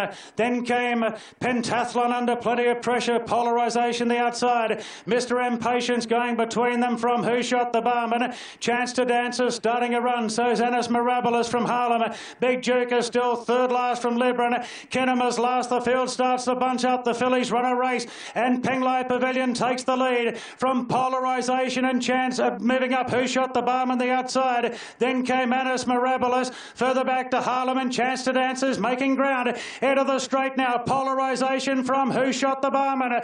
Polarisation the inside of Who Shot the Barman. 2 lengths clear from the rest. Big Duke running on. It's Polarisation trying to beat off Who Shot the Barman. Big Duke is putting in big strides. It's Polarisation in front of Who Shot the Barman. Polarisation's clinging on in the cup. Polarisation, he's running out a bit, but he wins the Sydney Cup. Polarisation a half length to Who Shot the Barman. Big Duke third, good margin back to the rest. Annis Mirabilis from Chance to Dance. Then came Harlem from Kinema, Penglai Pavilion, Tully. Mr. Impatience, good margin back to Boom Time from Lasquetti Spirit, and Pentathlon was the last one to finish. And Libran well behind Pentathlon. Well, look, they earned that. They earned that. Just remember the face of James Ferguson when he won the first one, and he thought he'd won it, and then the tears that come after it. So they deserved it. They had to run 4 mile to get it, and they've collected. Good luck to them, Godolphin. I know it's a big operation, and they got plenty of money and plenty of horse. Just make sure they didn't come together here late. I don't think so. He's wandering out. No, I don't think. Oh, I don't think there's too much to worry about there. So a deserved win and another lovely ride by Corey Brown, I must say. It was come after it. So they deserved it. They had to run 4 mile to get it, and they've collected. Good luck to them, Godolphin. I know it's a big operation, and they got plenty of money and plenty of horse. Just make sure they didn't come together here late. I don't think so. He's wandering out. No, I don't think. Oh, I don't think there's too much to worry about there. So a deserved win and another lovely ride by Corey Brown, I must say. It was right near the line.